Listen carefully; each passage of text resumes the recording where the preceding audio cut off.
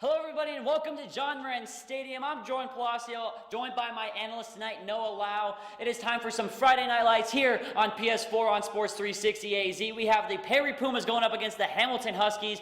The third time these two teams have met, Noah, in the past 2 seasons here in Breast Cancer Awareness Month. I'm kind of getting the spirit. I got pink socks and pink shoes on. You can't really see. We'll talk about that another time. Noah, these two teams have gotten to see a lot of each other, but one of the big things for them is that we have a lot of key players missing for both teams. Am I right, Noah? Exactly, Jordan. We have Nate James missing from Perry, that big play guy last year. Yeah. That the Pumas heavily relied on. And a lot of touches. For Hamilton, they're losing Chance Brewington, star wide receiver, who is off in his college career now. So those are 2 big losses for both teams. Now, for the Hamilton side of things, since we are technically a Perry broadcast, who's somebody that these Huskies are going to look to go to in this game tonight? Obviously, you got the quarterback, Tyler Shuck, who's committed to Oregon. He's a big-time quarterback here in the state of Arizona. You got the running back, Gerard Jordan, who's a really speedy back. You let him get into open space, he's gone.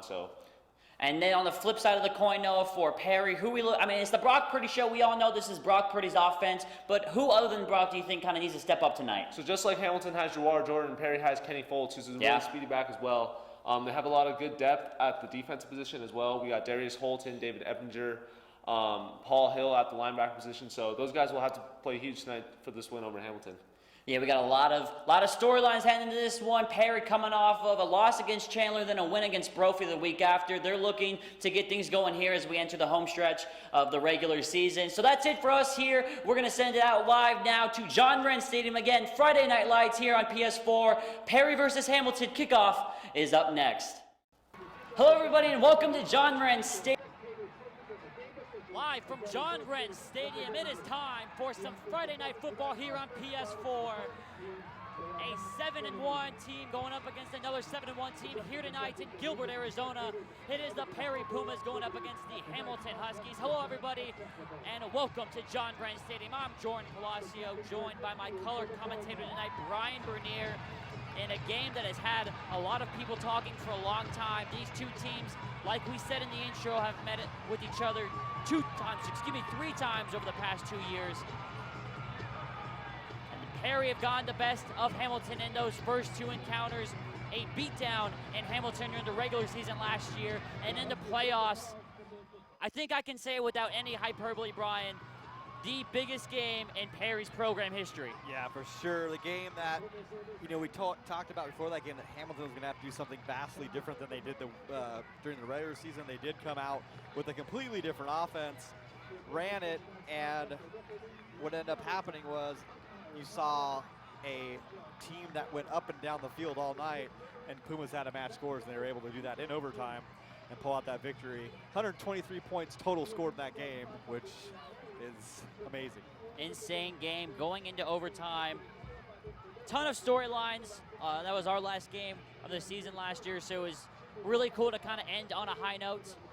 Pumas are going to get the ball first here to start things off, and we are almost set to go and get things underway here from John Moran Stadium. Pumas have their 2 men back deep to return.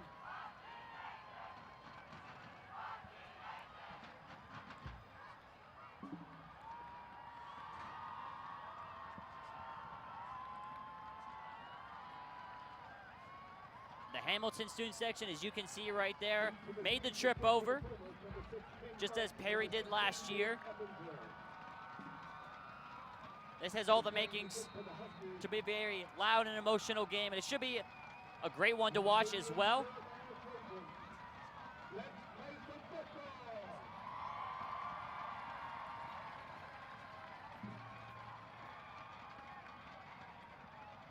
The kicker gives the go-ahead, and we are underway from Gilbert, Arizona, John Moran Stadium. This is going to fly through the end zone about 8 yards deep, and we're going to start things off for a touchback. And under center for the Pumas tonight, number 13, Brock Purdy. Purdy has run this team for the past 3 seasons.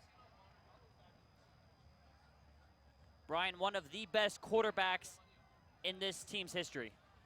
Oh, no doubt he's the best quarterback that Perry's ever seen, and one of the best quarterbacks in the East Valley. Numbers beyond pale, and makes plays with his feet and his arms. Pumas are going to start things on the ground tonight, and the first play of the game is not going anywhere. Going to lose a yard or two.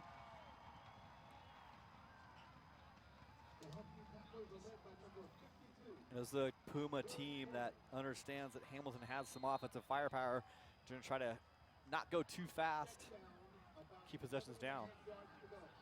Purdy's going to keep himself and run. He's got room to run. Brock Purdy to the 50-yard line. He's going all the way. Brock Purdy to the 25, 20, 15, 10, 5, puts his hand in the air, points to the sky, and he just took that thing to the house. 75 yards on the score for Brock Purdy, even more than that, 80-plus actually. Touchdown Perry on the second play of the game. Yeah, it looked like a little double pump. They're trying to do a double move. Everybody vacated. Brock Purdy takes off. No safety there to make the tackle. Big, huge play by the Pumas. They strike first.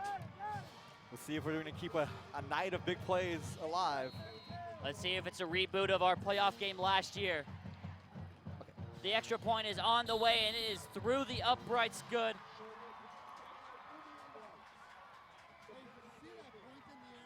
Seven 0 our score.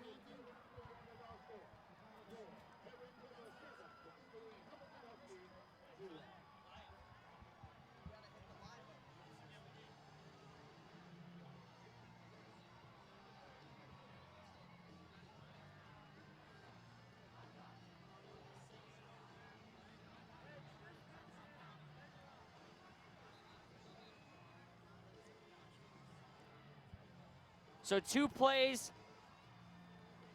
7 points on the board for the Pumas.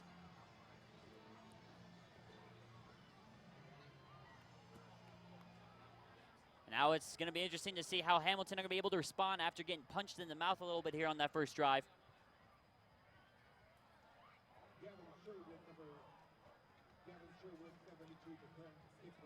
Gavin Sherwood, the senior, on the kick for the Pumas.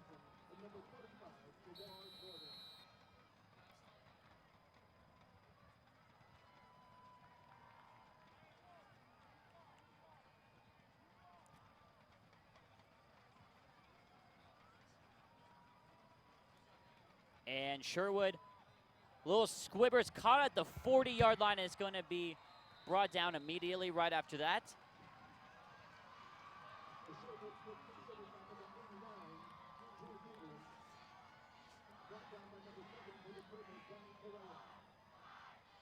They're going to mark it down at Hamilton's 47, so big field position.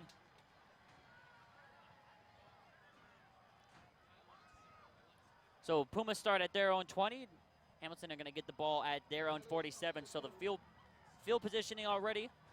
We'll see how it impacts this first drive for Hamilton. Tyler Shuck in there under center for the Huskies. He's committed to Oregon, and he's going to give it to the right side to his man. He's going to bounce it even further outside. He's got some room to run. Puts his shoulder down near the markers.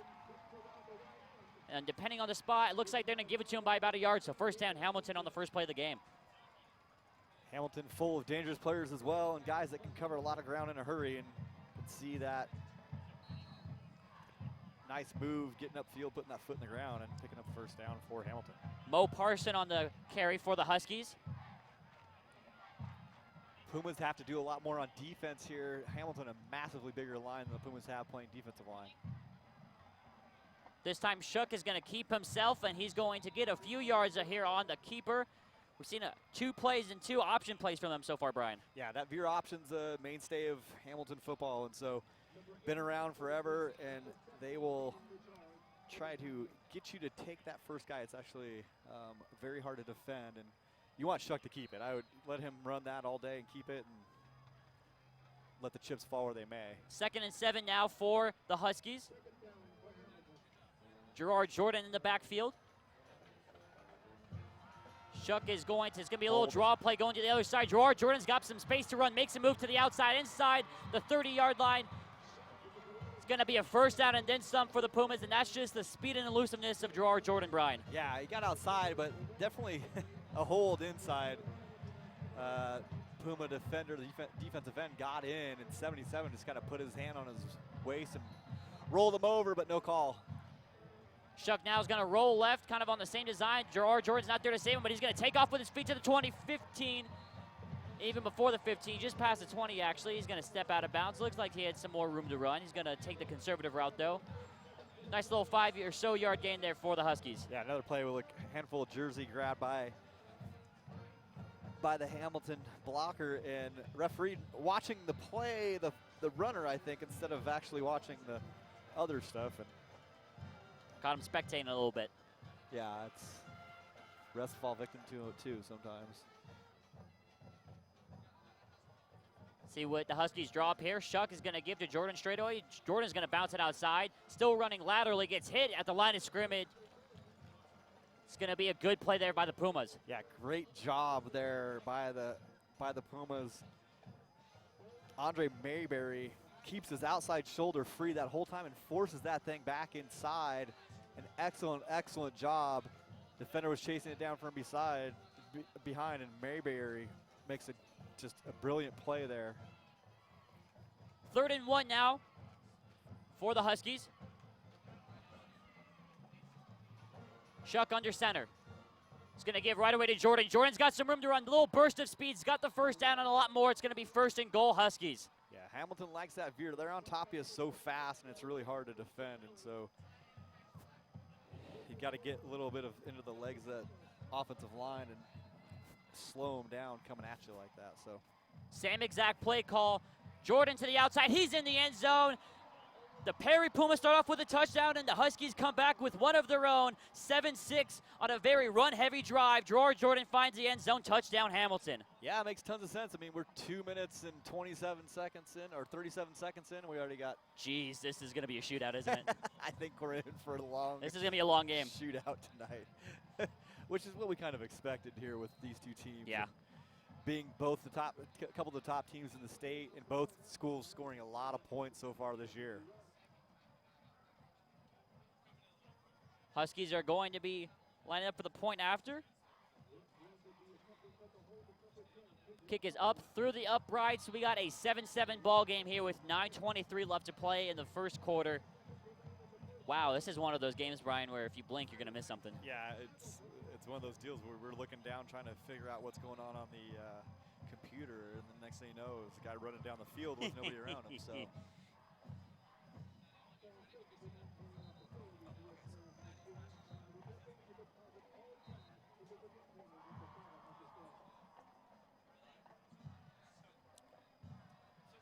So it's going to be Kenny Foltz and David Eppinger back deep to return for the Pumas. Anthony Rush is going to be kicking it deep for the Huskies. He drove his first kick about 8 yards deep in the end zone last time. Now let's see what happens on this kick. Probably much the same. This one a lot higher.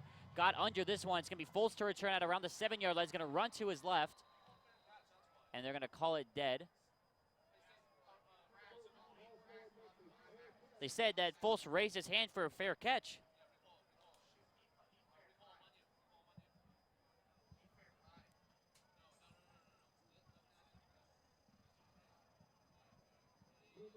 Wow, kind of a weird moment there. I don't know if Foltz was meaning to kind of call the fair catch because he took off running as soon as he caught it. But nonetheless, now 1st and 10 from the 8-yard line for the Pumas. We'll see what the Pumas actually plan on doing as they come back out and get an idea of what they're looking to do tonight. Almost a little fumble on the snap. They're going to give it straight up the gut just like last time, this time for a gain of maybe 3 or 4 here for the Pumas.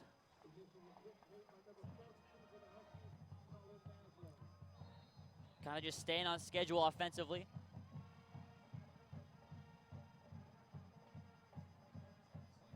As you can tell from your screen, Pumas repping the breast cancer awareness jerseys, as are we with the scoreboard. Pumas wearing the navy jerseys with the pink numbers. Ball is loose on the ground. It's going to be Hamilton's football. Just like that, when a game full of offense, we're predicting a lot of numbers. The Pumas turn it over, and the Hamilton Huskies have it inside the 15-yard line.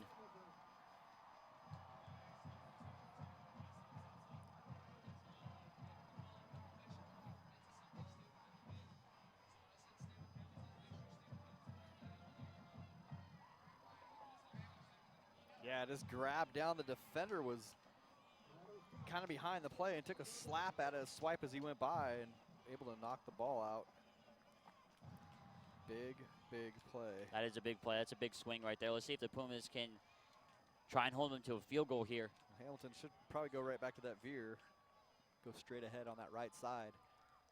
If it don't fix it if it's not broke. Shuck is going to throw here on this play. He's got the corner out, got a guy wide open. Touchdown, Hamilton.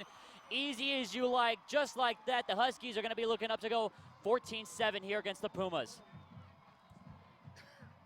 Yeah, a little scissor route action there. And Brandon Shanks, the offensive coordinator's son, wide open, nobody around. And so 2 guys chased the post route. Nobody really went to the corner.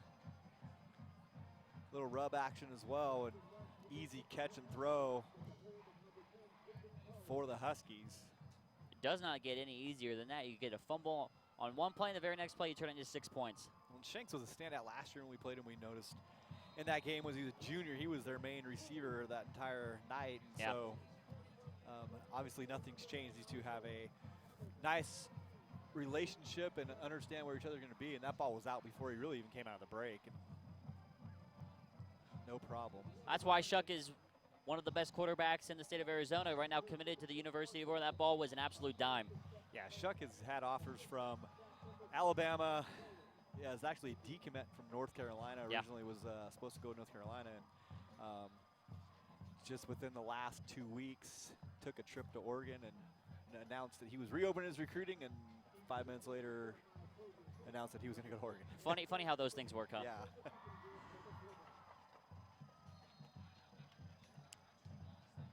Deja vu. I feel like I was just here. It's going to be Fultz and Eppinger back deep to return for the Pumas.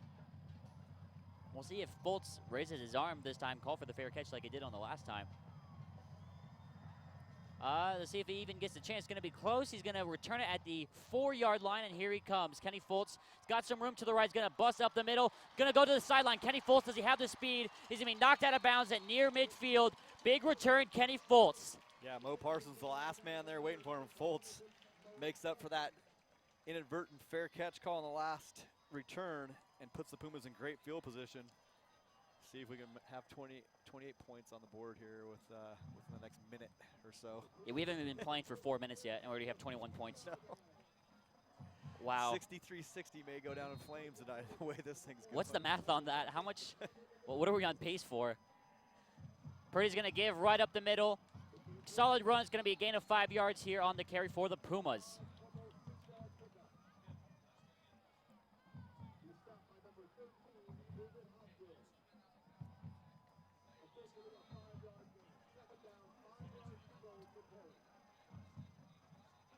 Purdy gets the snap. He's going to look to throw. He's got one-on-one coverage on the outside. He's caught by Deshane James on the slant round coming inside. Big play for the Pumas inside the 25-yard line. 20-yard gain on the Purdy to James connection.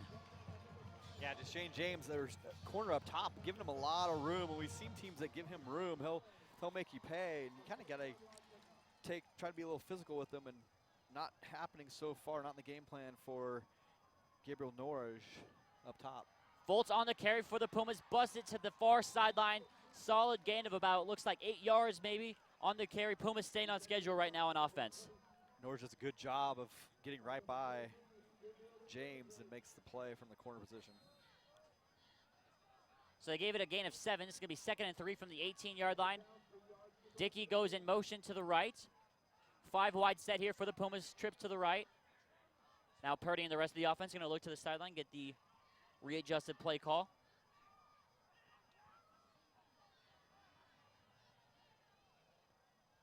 Purdy in the gun, gets the snap. He's going to look to throw left, look left the entire way.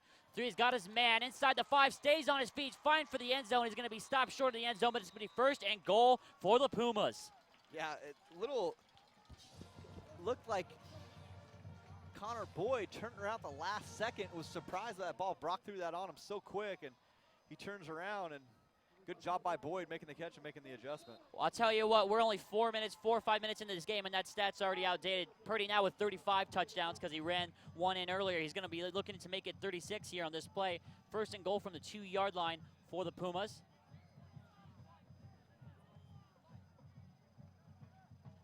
Lines up in the pistol. He's going to keep himself. There's the little pitch to the outside. He's got the corner. He gets into the end zone. Touchdown, Perry. We've had 5 possessions actually, but 4 really crucial possessions, and we've had 4 scores across all the teams. Puma's going to be looking to make it 14-14. Touchdown, Perry. Yeah, nice, easy option play. Force that end to make a decision. Nice pitch by Purdy, and number 49 for the Pumas, Cole Sabetta, listed as a linebacker, walks in the end zone.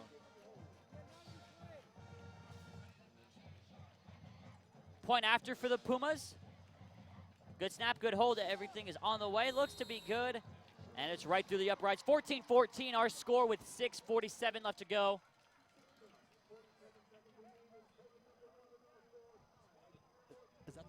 Goodness gracious, this is, I feel like I haven't had a breath yet.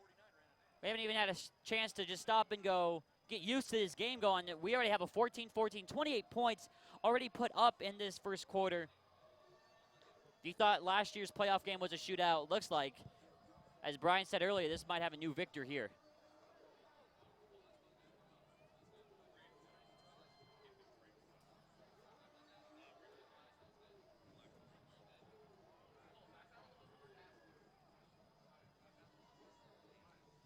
It's going to be number 25, Trinity Kaufman,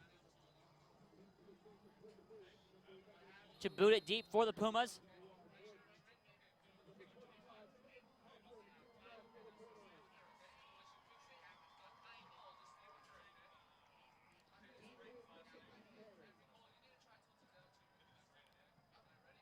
Kaufman lets it go, this little onside squib kick, and it's going to be returned.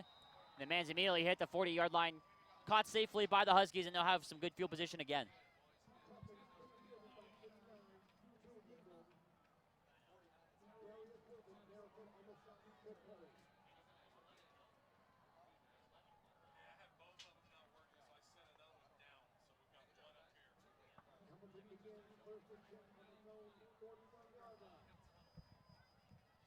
Tyler Shuck comes back to the huddle. He's had 2 possessions, and he's had 2 scores so far. This is his 3rd so far. Kind of have a feeling that he's going to find the end zone again. That's just my honest opinion. Shuck gets the snap, little 3-step drop. He's going to look to throw over the middle. He's got his man right over the middle. This could be another big play for Hamilton. He breaks an arm tackle to the 30, inside the 25, and that's where he's brought down at around the 22 or 23. Just a little check down route goes long for Hamilton. Yeah, too easy for the Huskies there. Get it down on the check down to Dominic Hilton, the big tight end, 6'1", 235. Nobody home, and he takes off. Huge gain for the Huskies. Shuck now under center. He's going to give to Jordan. Jordan trying to bounce outside, trying to shuck off 1 arm tackle. He's going to end up gaining about 4, looks like, in the process. It's one of those things in this game. It's just so frenetic. This pace is going so quickly. That's exactly. Like you don't even have time to take a breath on defense on either side, and it's just, I mean, next thing you know, they're on you again, and you're having to make another tackle. It's, you have to start rolling people in. Why you had your headset off for a few seconds there in between the kickoffs. That's exactly, you took the words right after me. You plagiarized me just now. That's exactly what I said. You don't even have time to breathe. Shuck again, under center. Now Hamilton's going to spread out. And he's going to give to Jordan. Jordan on the outside's got the first down, and he's going to be forced out of bounds. Another first down, Hamilton. They are moving the field on these Pumas. They're so good at running that play. It's just, I mean, it's very, very difficult to defend. And so if you commit to that back, what happens is that quarterback will pull it and then end up getting the same amount of yardage. So comes again. They're going to give to Jordan. This time the Pumas read it, though, and they're going to stop him at the line of scrimmage. Yeah, the backside defense there ends up doing its job and getting in the legs there. Tyler Powell, number 40, makes the play. Victor Corral, number 40, makes the play. We have some numbers that aren't correct, so we're New Jerseys. I think they didn't supply the correct roster for us tonight. Yeah, oh, how convenient. But as always, we make do with what we have around us. Shuck under the center now. On 2nd and 10, he's going to a little 3-step drop. He's going to be hit as he throws. Got a ball to the end zone, almost completely threw it. to where only his receiver can get it. Falls incomplete, though, 3rd down for Hamilton. Yeah, Effinger all over that. Great job on the defense going against a much taller receiver out there. And so Effinger holding his ground. Pressure comes to Shuck's face. First time he really had much pressure on a pass. Yeah, all night. Good job by that Perry defense. And so Effinger only 5'11", going against a 6'3" receiver there, and Brendan Rice does a great job making the play. Do you think if they're stopped short, do you think they go for it on 4th down or they kick the field goal? I don't know. I mean, you can't start getting too chasing points here, but we'll see. I mean, Shuck's going to roll to his left. They're going to give to Jordan. Jordan jukes one. He's going to be looking for the pylon. He's got it. Gerard Jordan breaks the ankles of a Perry defender and finds the end zone from 12 yards out. 3 possessions, 3 touchdowns for the Huskies. yeah, a little roll draw there. Rolls out. The back kind of stays and acts like he's just going to hang out and slip it into his gut. And I'll take my Division I running back against the defensive end one-on-one all day, and that's exactly what happened. That kid's never going to make that tackle if he's by himself and Gerard Jordan has any space. This is getting to the point. You know, I'm definitely not a football mind, as you say, but I don't even know how you stop this this offense so far. They're running the ball so far, and even once you commit to the run, they're going to hit you long. You got to make them throw the football. That's I think you got to make them throw the football. I know they have a Division I quarterback back there. Yeah. But you got to take your chances, and you can't let them just keep drilling you with those runs right at you the whole time. So good. They did better that time. They got a little bit more pressure, a little more stance. Just a nice play call there by Deke Schutz on the 3rd and 10 when everybody's expecting pass, and they ran right by it. Extra point is through the uprights, 21-14 with 4:58 left to go in the first quarter. I think we're on pace for about a 42-35 halftime. I'm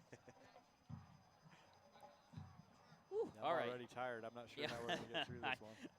How long has it been? What do we got, the over-under on how long this game's going to last?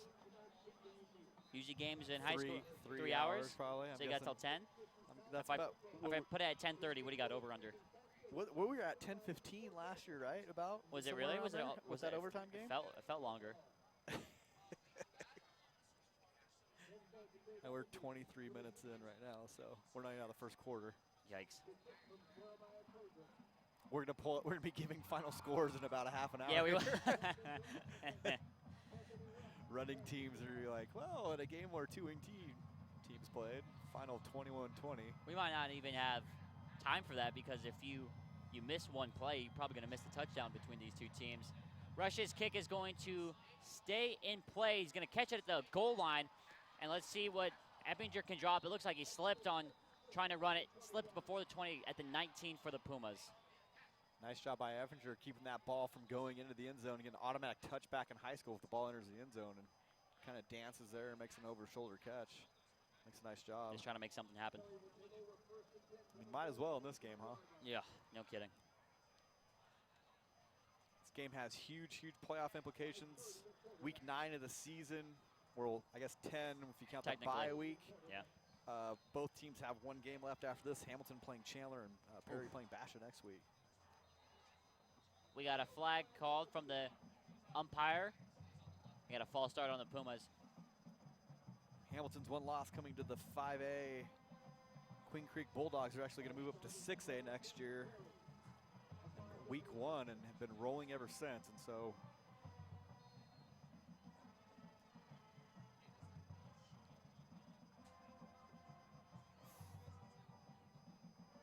Purdy in the gun now after the penalty, 1st and 15, 4:52. Little reverse play to Shane James. Looks like he wants to throw. He's going to throw it deep for Kenny Foltz. One-on-one coverage, little underthrow, and Foltz catches it, and see you later. Preston Jones has got the trick plays up his sleeve. We saw that a couple seasons ago. 86 yards to Shane James, the quarterback last year, makes a play happen. Touchdown, Perry. it almost looked like the safety was surprised at the ball. Oh, we got a flag some here over on the other side of the field. So maybe a sideline warning against Hamilton is probably what we're going to get here. Most likely scenario here. Right on the money. Yeah, that's a little scary when you see that. You don't want a cheap block or something being called, but when those big plays happen, you got coaches that kind of start to creep towards the sideline. The referees are running and chasing, and sometimes you forget where you're at and you get bumped into by the refs, and it's really for ref safety more than anything because they're looking at the play, and there've been some referees have been hurt pretty bad in that situation. Yeah, for sure. You're running down the sideline, not even paying attention. There's a knee there or a leg there, you're going down hard.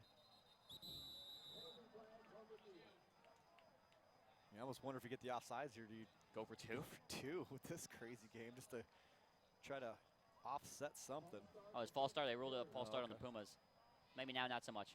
Been a lot of action on the PATs with people moving. It's Yeah. usually something you don't see, but This is, I'll be honest with you, I'm not even surprised anymore. All right, we're 21-20 right now, pending the point after. Kick is blocked. Huskies going to look to return. That could be, I'll tell you what, Brian, that could be a crucial point right there with how this game's going. yeah, it just came right through inside, which is a big no-no. Should never happen, and squeezes through clean.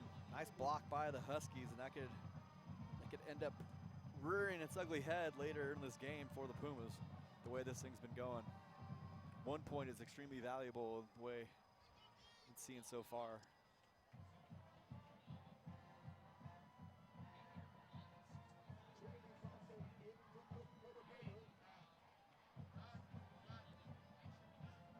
Two 7-1 teams going blow for blow here in the first quarter.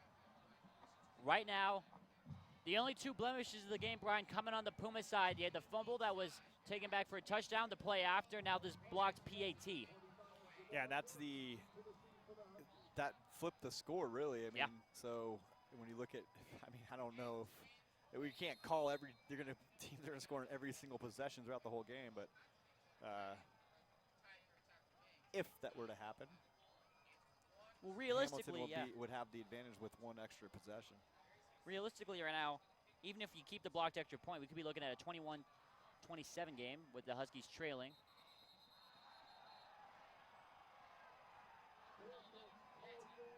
There's some contact after the catch was made on the kickoff after the little squib kick. I didn't see a fair catch signal, Brian, did you?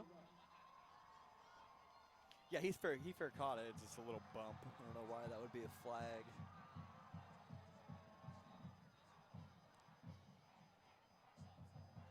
I'll tell you what, here we go again, 4:38 left to go. We got a call from our Vegas contact, and he said the over-under in Vegas was 115 for this game, and I think that's safe. The over is looking good right now. 40 points just under halfway or just over halfway in the first quarter. Shuck in the gun. Gets the snap he's going to give to Jordan. Why not? Jordan's going to try and bust to the outside. Looks like he left his feet there. Going to be a gain of 6 for the Huskies here on first down. Yeah, and last year when they were successful against Jordan, they were able to get into his legs early and get penetration, and that's how you're only way really have a ton of success against his speed and his looseness. So Puma's going to have to start to try to get through that massive Hamilton offensive line. I'm not sure how it keeps happening. Hamilton's only about 5 miles away, but for some reason they grow them a lot bigger down there. Shuck under center. He's going to fake the handoff. He's going to look to throw. Left side's got a man. It's caught past the markers into Perry territory. First down Huskies, I should say. Tim Lockhart on the reception for the Huskies. That ball thrown right over the top of Nieto's head. He was standing right there. It looked like if he would have jumped up and put his hands up, he could have batted that ball down, but easy slant completion. They faked the veer and wide open. And you almost hope that waiting for the Huskies to make a mistake here. Unfortunately, that's something that this team does not do a lot of, making mistakes. Shuck's going to fake the run again. He's going to throw deep on the right side. Got a man wide open if he could keep his feet in bounds. What do we got? Official, he says incomplete. He was out of bounds, so the Pumas dodge a bullet on that one. Second down for Hamilton. Yeah, nice catch made up there by Shanks, but well, that might have been Lockhart, I think. Lockhart makes a nice catch. Another big receiver, 6'5", 200 pounds. But ball just takes him a little bit out of bounds. I mean, all these Hamilton receivers are gigantic. You got 6'5" Lockhart. Got their, where's the other guy? Braden Rice, 6'3". Shanks at 6'4". Shanks 6'4". Perry DBs are all about 5'10" on a good day. A lot of tall men for this Hamilton team. Let's see what they drop here on 2nd and 10. They're going to fake it to Parson and give to Jordan right up the guts, and he's brought down by Jobin Sweat. Past the 40-yard line is going to be 3rd and medium here for Hamilton. As we talk about all the time, getting off the field, no matter what level you're at, 3rd downs are important, and so see if the Pumas can force a decision here by Coach Banaszewski over on the Hamilton sideline.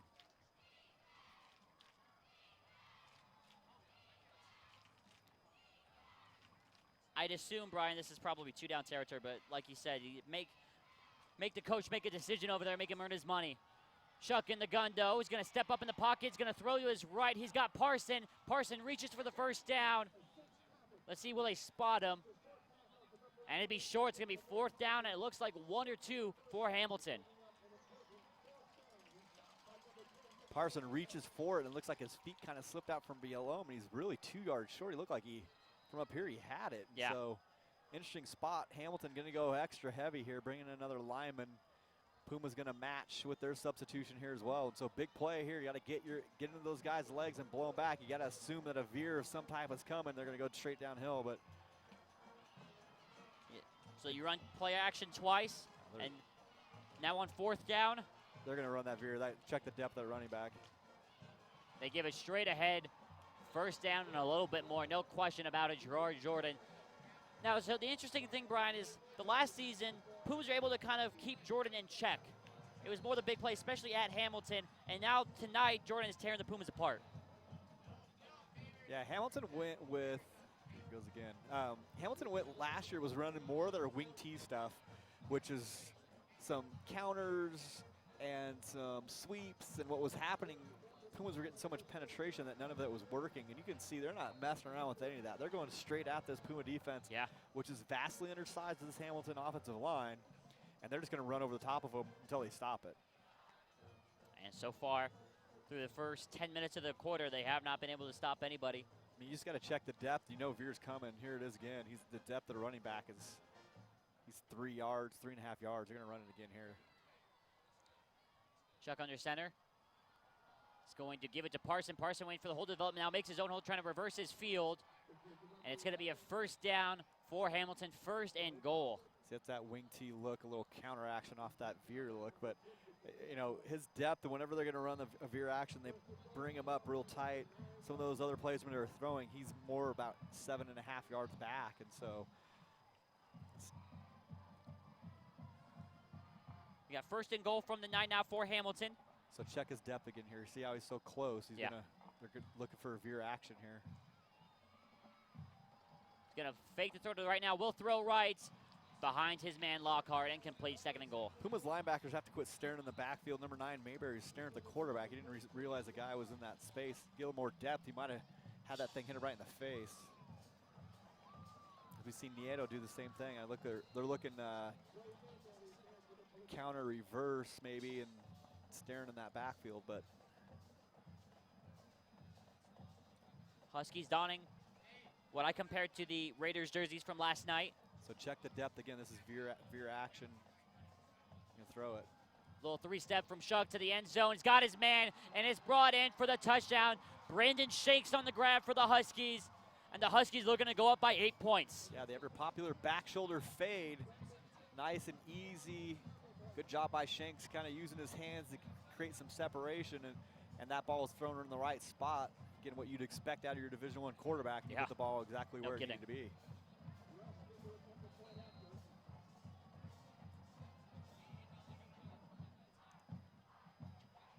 Let's see if Rush either misses the kick or the Pumas can kind of charge through and block it. Kicks up and through, it looks like. 28-20, and we still have 92 seconds left to go in the first quarter. I guarantee you there will be final scores that do not even get close to matching this tonight. We're 40. We're going to be over probably around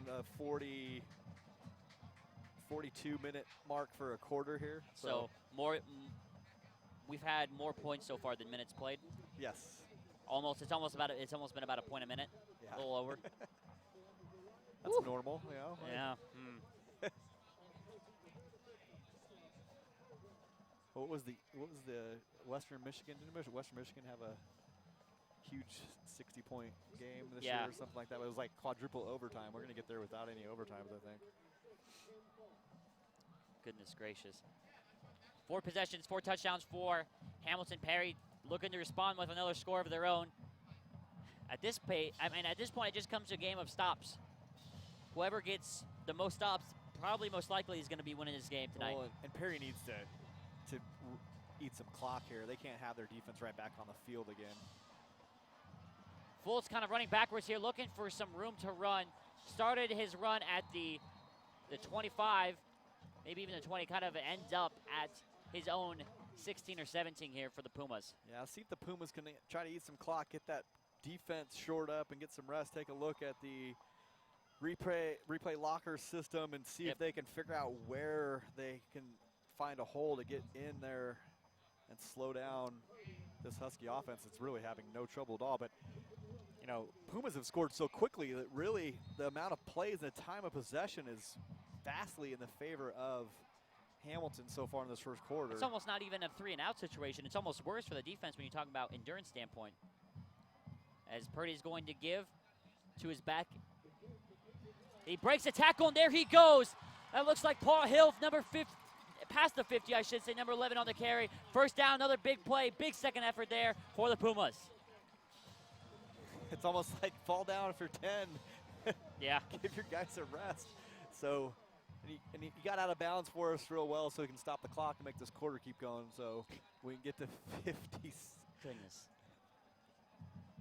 Purdy's going to give to his left, and he's got some room to run. Puts his shoulder down, try to break a tackle. It's another first down. Perry already at the 35-yard line. Nice job by Braden Robertson again, putting his shoulder down, delivering the blow. Yeah. But again, this fast offense, again, already on the 34-yard line. 60 seconds left to go in the first quarter. Purdy gets the snap. He's going to keep himself. He's got Deshane wide open. Just through his hand. Deshane had beat his guy. If Deshane holds on, he's running into the end zone for a score. Nice job by the DB there. Noraj maybe got a fingertip in there to tip that one away at the last second. But maybe that's what we need to slow down. Kind of just calm things down a little bit here. Yeah, just take a breath. Purdy in the pistol. Fultz in the backfield is going to check it down to Fultz on the flats. Got some room to run to the 25, to the 20, to the 15, and that's where he's knocked out of bounds inside the 15. First down and 10 at the 13-yard lines for the Pumas. I guarantee something's going to happen here before this possession is going to be over before the first quarter ends. Yeah, nice little design there by the Pumas. They swing him out, bring the receiver down to crack, pull the lineman out in front. Nice job on the design of the play there for this offense. We got a whistle coming from the far side. It's going to be a false start on the Pumas, so they're going to back it up 5 yards. I think the ref might be tired. Maybe that's why he threw that hey, flag. I'll tell you what, I do not blame him. I do not blame him at all.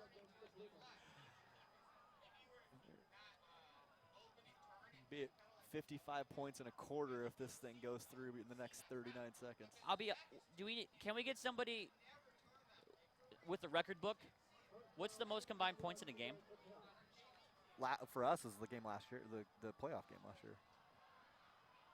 The run to the right is going to be stopped just about at the line of scrimmage, so it's going to be 2nd and 15. And are the Pumas going to let this quarter run out? I might have jinxed them on accident there. I think they should let it run out. Yeah, I think so too. All right, they absolutely are. All right, for the first time all game long, everyone's going to get a chance to just kind of chill out a little bit. At the end of the first quarter, I'm not saying this incorrectly, this is 28-20. That's right, 48 points combined in the first quarter. Hamilton 28-20 over the Pumas, but the Pumas in striking distance got the ball out there at Hamilton's 18-yard line. We'll be back as soon as the second quarter begins after this quick break.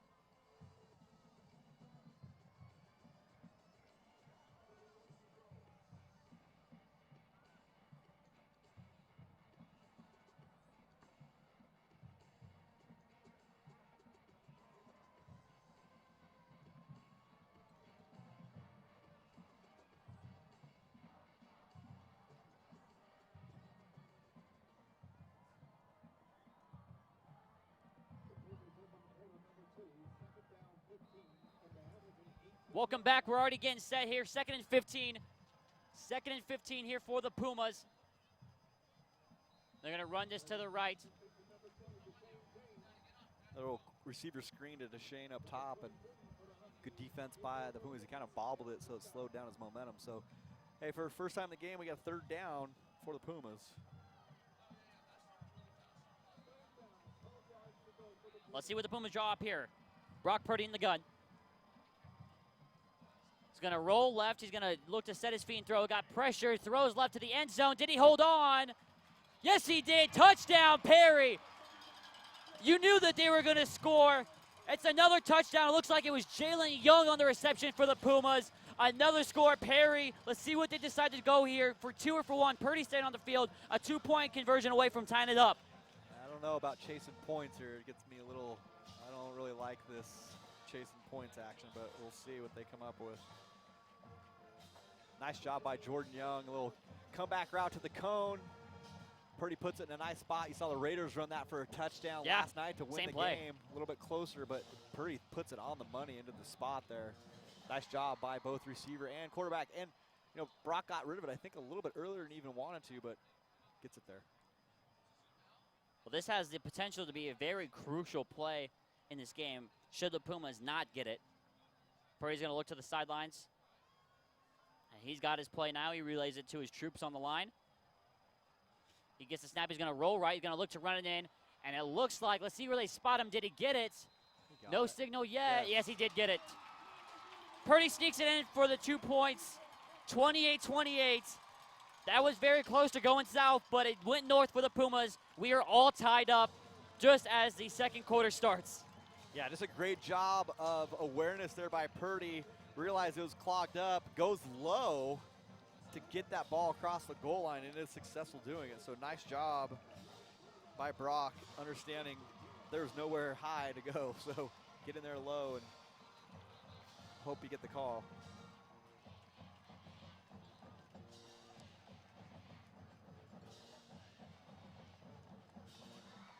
I hope everyone re-energized as much as they needed to during that 1st quarter break, because we are already rolling again. It's like there was no break. Puma's already on the board again. All tied up here, 28. So the only thing now, Brian, that kind of comes into play, and we're probably still another 40 minutes away from it happening since we're so early in the 2nd quarter, is Hamilton getting the ball to start off the 2nd half, and what kind of point swing could happen there. Yeah, that's your turnover change of possession. As this is loose, the onside, the Pumas got a good bounce. Pumas not reacting like they have. It's going to be Hamilton's ball. Ooh, that took a good bounce, kind of bobbled off the hands of the Hamilton players there. Hamilton got lucky that they were able to hold on to it.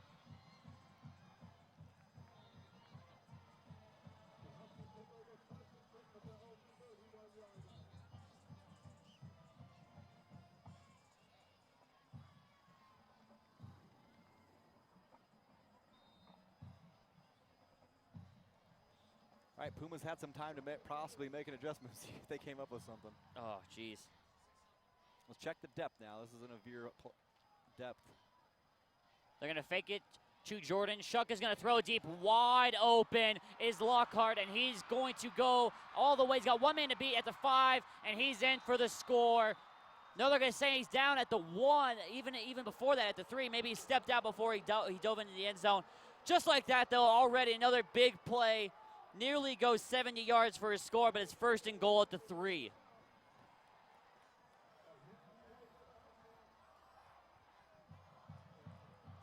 We may just have to put the cameras on and just walk away and not have anybody say anything for this game, because we're flabbergasted up here with what's going on, and it's coming fast and furious. This high school football game is more arena football than arena football has been in a long time. Yeah. It's like early 90s arena football. They're going to give to Jordan up the middle, and they're going to say he's down short of the goal line, so it's going to be 2nd and goal from, I assume, the 1, maybe the 2. Yeah, from the 1-yard line.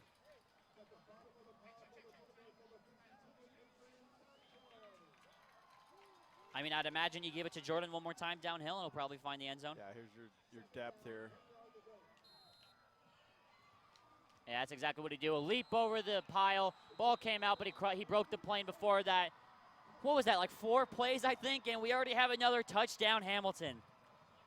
Yeah, 3 plays. The diving over the top, though, in a high school game, I wouldn't risk that. You don't have replay. You don't have the benefit of the doubt on that. And if a referee doesn't see it, that ball gets batted out.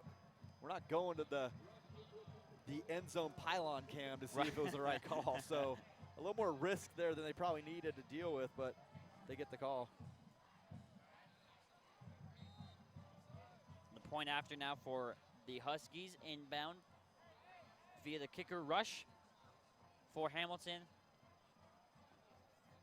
Snap's good, everything looks good. The kick is up and right through the uprights. The whistle right next to our our field mic right there in the uprights. You know, usually as a play-by-play guy looking at this selfishly, you kind of look at this game and be like, oh, I got a lot of material for reels here. But I'm worn out, and we're not even halfway through this game. This is something else. We gotta get to our sources. I'm being serious. I don't know what the most combined points are for a high school game in the state of Arizona.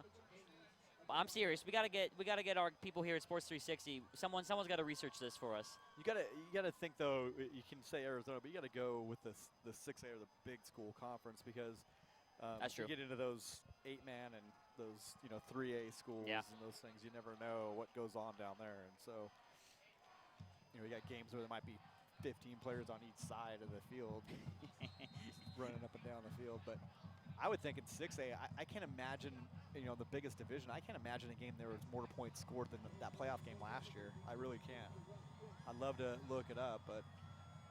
Short kick here, and it's going to be returned by Robertson, who's got some room down the sideline, and he's got some space to go if he can get past. Got one man to beat.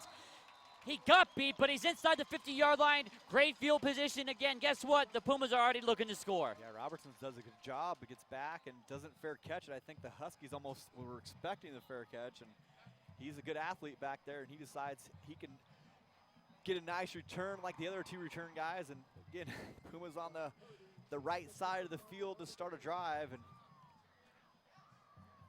try to match scores again. Looks like that's what's going to happen. At this point, just run a play action and throw it to your guy running on the sideline. That seems to be what's been working for both teams so far. Oh, loose ball. Fultz jumped on it. Almost another turnover for the Pumas. That one could have been fatal, Brian. Yeah, a little exchange looked good. It looked like Fultz was trying to go a little too fast there before he got the ball in his hands. And good presence of mind to get back on it, not try to pick it up and take off with it. So Pumas off schedule here. And you saw Fultz on the way back to the sideline kind of saying, yeah, it's on me. Watch the tight end here for the Pumas. Oh, Hamilton switched their defense, finally identified where he was. Speaker has killed teams right there in this kind of defense. Covered 0, no safety help deep. And so look for Tate Speaker to maybe make a play here.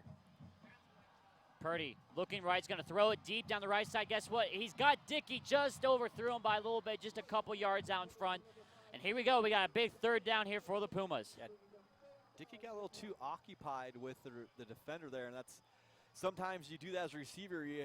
Instead of worrying about the ball, you're worrying about the defender, and he was still hand playing about 25 yards downfield. But cover 0, and they're not really bringing a ton of pressure. It's a dangerous defense to leave that middle of that field exposed. Leaving your corners on an island, and Dickey gets behind him, but not able to connect.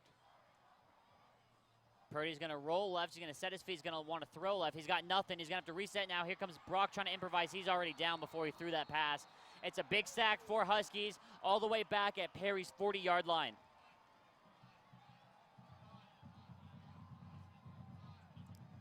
So that little fumbled exchange comes up huge. Really hurt. Off schedule. They take a shot downfield, and then got to roll left. It looked like he had Deshane James open on a curl route at about 15 yards. He didn't see him, and by the time he did identify it, coverage had rolled over to it, took it away.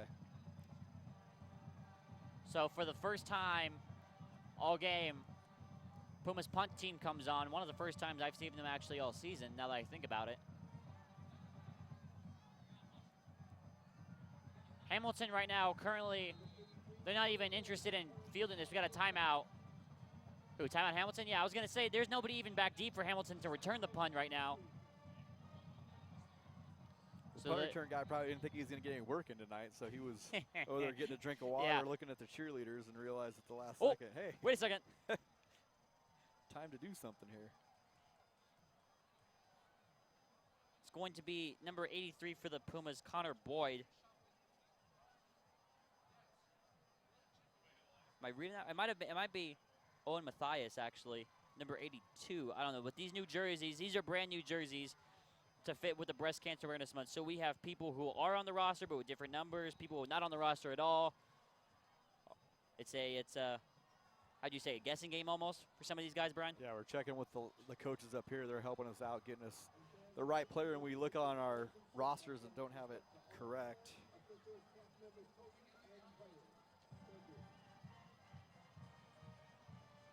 So we got a little research. We got our Dallas Creel in Las Vegas doing some research for us. We sent a message that the highest scoring game is 170. Higley 95, Apache Junction 75 in 2014. Are you kidding? 2014. Boyd shanks that one, the referee, at the 40-yard line. So Hamilton are going to start right where Perry's line of scrimmage was, just flip the field a little bit. So 8:56 left to go. Hamilton looking to go up by 2 scores. Perry still have yet to stop this Hamilton offense. I'm just still shocked by how's 95-75 even possible? I have no idea. No idea. That's like scoring every play. I'm not going to count that one because it wasn't the top division, so that's insane. 170 points? That's both teams, I think, were in 4A at the time. That's unrealistic.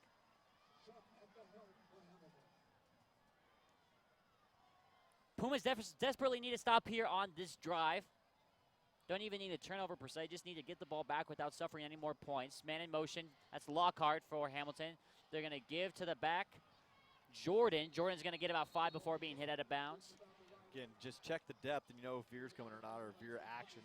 Jordan was about 3 yards deeper than he typically is, and he pitched the ball back to him and gets downhill, picks up 4. So yeah, they only give him 4 on the carry.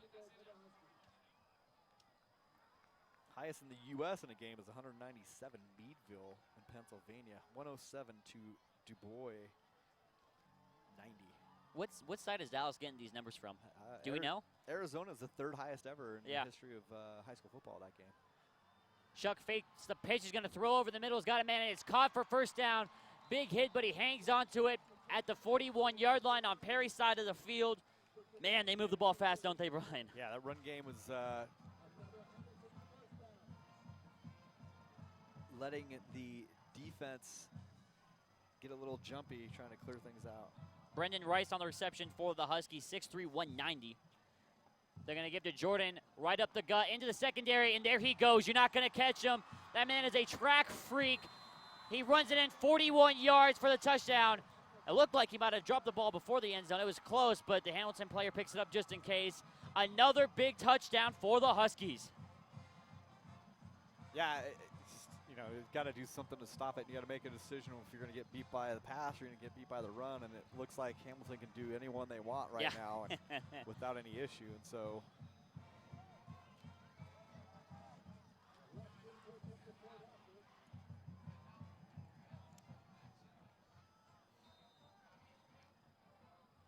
(41-28).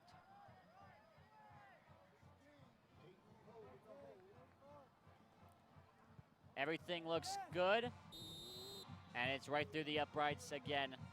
42-28 our score. You go ahead. Sorry, I don't think we're going to get the big school record because now I'm being told by per AIA records, most points in a game, big schools, Westwood 100, Yuma 6. How's that work? That doesn't make any sense.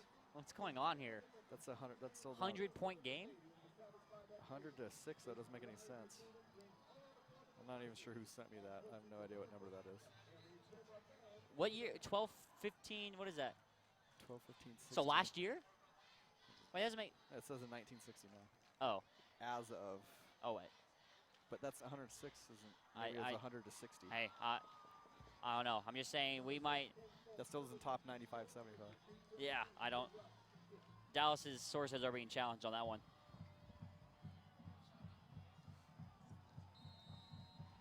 (42-28), and we are not even halfway through the second quarter yet. These kicks have been landing short. This one, he gets a little motivated. This one flies through the end zone for the touchback, hits about 5 yards deep. Well, so far, Brian, I mean, this has been the game of the short, very few miscues that the Pumas have made. Hamilton have jumped all over. Yeah, I mean, 2 mistakes and paid dearly on both for this Puma off our defense, and so that's where the difference has been in this game. In 2 possessions, you didn't score, and then you're down by 2 scores. I think right now the Pumas are kind of finding themselves in a position that they haven't really been in all season. They haven't really been competitive. They've blown everybody up until Chandler. They got blown out, and now they're kind of fine for life here against Hamilton. Purdy just kind of floats it up. They're going to say that was a pass. No, they're not. Intentional there it grounding, is. though. Should be intentional grounding. The ref on the near sideline wasn't making a signal. The ball had already taken about 3 bounces. No signal from the ref for grounding. I didn't see any laundry on the field. How was that not grounding? Oh, there it is. Okay, there it is. I don't know what took them so long, Yeah. but wow, that was pretty obvious from up here that the ball never even got to the line of scrimmage. There's nobody around. Jones is going to argue there's a receiver in the area, and I don't think he's going to win that argument. Yeah, The I doubt ball it. didn't cross the line of scrimmage either, but the receiver was about 8 yards away. Well, he's upset, too. Look at him. He's Well, really fine for his call. Well, they have to discuss it that long. I mean, it really, now he's going to replay the whole, this head lineman can't replay the whole play. And we got a helicopter landing on the field? Yeah, what's going on here?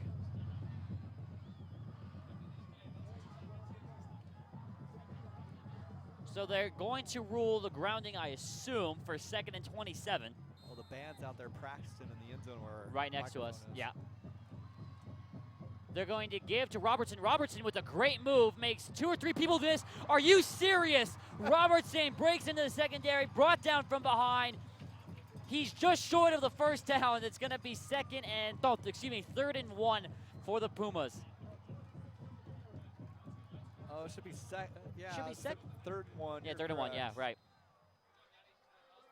Pumas in a hurry here. They're going to give to Fultz. Fultz trying to find some room to run. He's got the first down.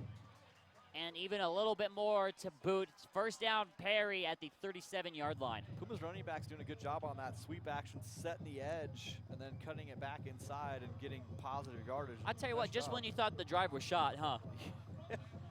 2nd and a country mile inside your own 5. Purdy's going to look to throw. He's got Deshane James wide open, and he's going to run all the way home.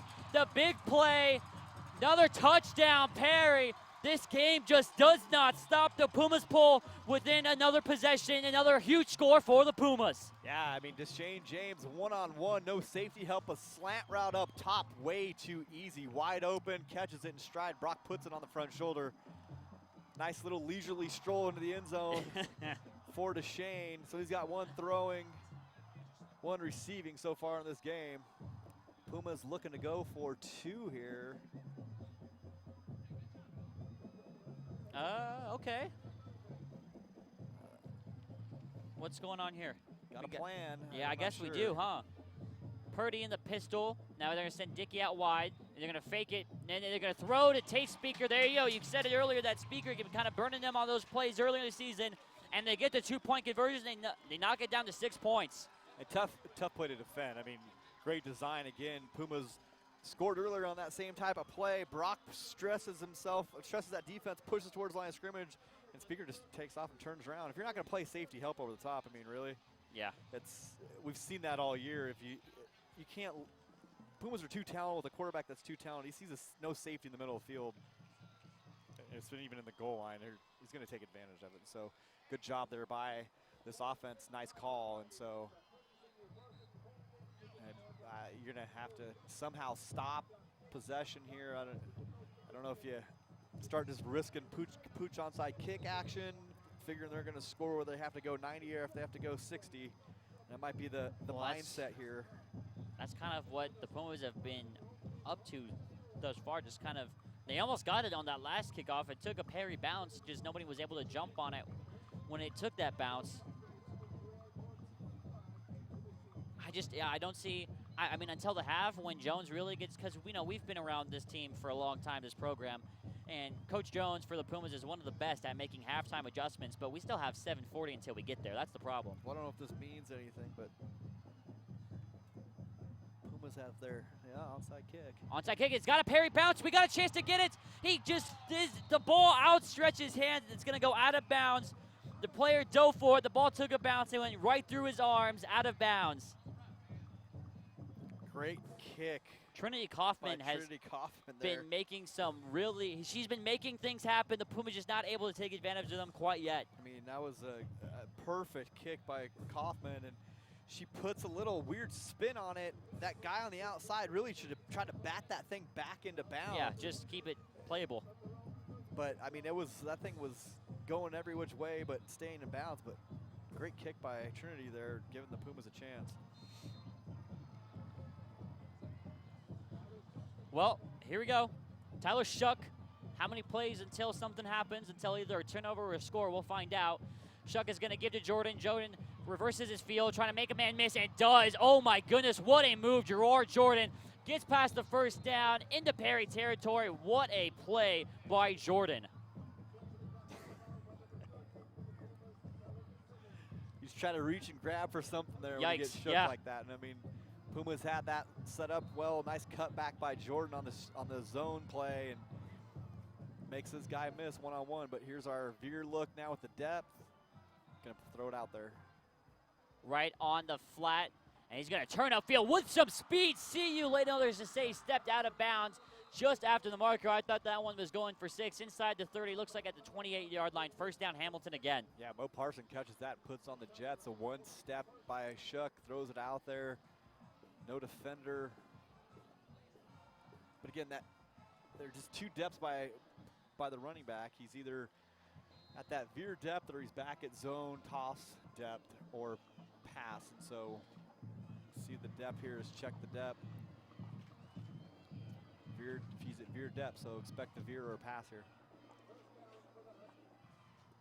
They're going to flip it to Parson on the little end around the little reverse play. He stays on his feet, spins through a tackle near the markers. Is going to be about a yard short, 2nd and 1 for Hamilton. That counters the adjustment we saw they made last year. They didn't run that in the first game, and then they ran it in the second game. They really hurt the Pumas with it, and they still making hay with that play this week as well.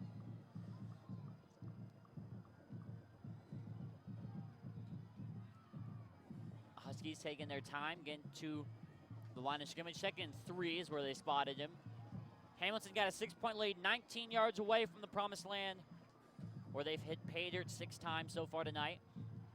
They're going to give to Jordan on the left side. He's going to make a move, spin past 3 people, keep his feet moving inside the 5-yard line. 1st and goal for the Huskies and Gerard Jordan. Yeah, there's the veer again, veer depth 3 yards. You got to start pulling at the ball or something here. It's the only thing that's going to change. You got to stand them up and start ripping at that thing and hope for the best.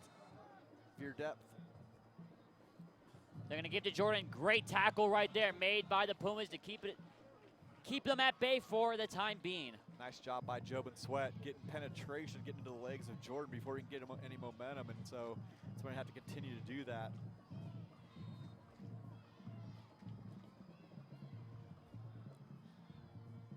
So the Huskies only pick up a yard on that play. Shuck getting his call from the sideline.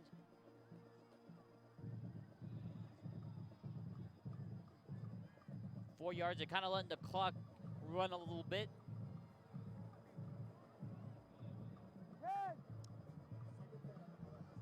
Shuck under center. He's going to give it to Parson. Parson's going to have a lane, and he's in for the score. Hamilton so far have still been perfect on offense. Then they find the end zone again. Another touchdown, Hamilton. Yes, counter action again we saw earlier in this drive. Cruz is right in the end zone. Easy touchdown for Hamilton. Pumas have 5:34 left in this half to go down and match the score, see what they do, and hopefully they take 5:33 to get down there.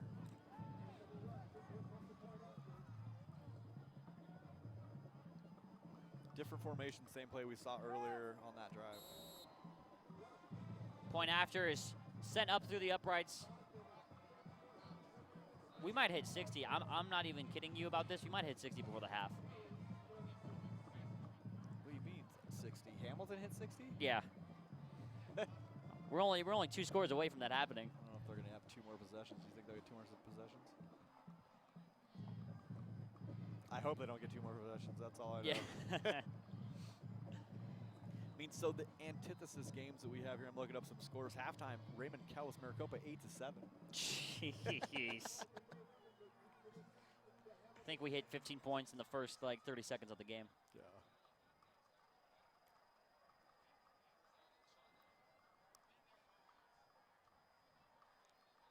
Eppinger and Fultz getting a ton of work back there tonight.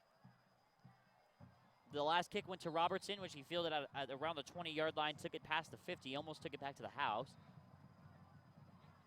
Can you imagine an NFL game how long this would take when they goodness. they call timeout after every kickoff? This one looks like it's going to be, it's a Hamilton bounce. What a perfect kick. But now we have Eppinger on the move, trying to bounce it outside now, cut back in. I got to be careful not to fumble, and he stopped inside the 25-yard line. You see the little English that had?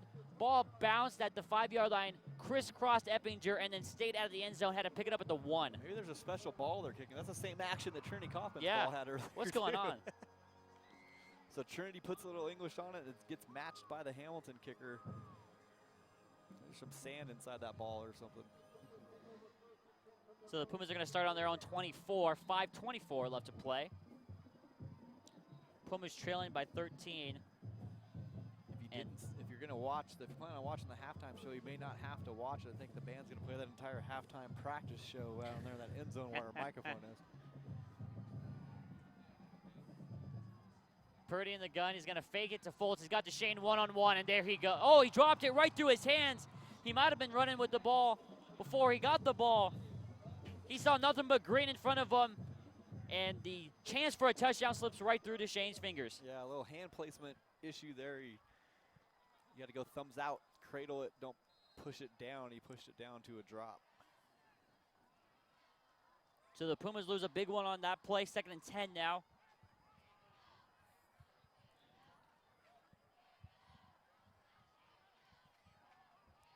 There you see the man of the hour tonight, Brock Purdy. He's going to look to the sideline, get his play, his reassigned play. A little 3-step drop, waiting to throw, throws it over the middle, looking for Schmidt. He wants PI, not going to get it. I didn't see PI. It's going to be 3rd and 10 for the Pumas. Yeah, he did. The defender grabbed his offhand, so Alfonso Taylor got beat on the play, and he reaches back and grabs the offhand of Colby and breaks his stride and ends up breaking up the play. So probably should have been called, but guy was the... Well, I think a 3-and-out for this team, barring a turnover, might be worst-case scenario because you give the ball back to Hamilton straight away. This team playing cover 0, no safety help. It's bitten them before. They're not afraid to do it again here on 3rd and 10. Purdy gets the snap. He's looking to his right. He's going to turn. He might turn into a defender. He's going to have to make something happen. He might get sacked. Don't throw a turnover. Don't throw an interception. Don't force a turnover. And it's incomplete. Receiver in the area. No grounding. But the Pumas go 3-and-out.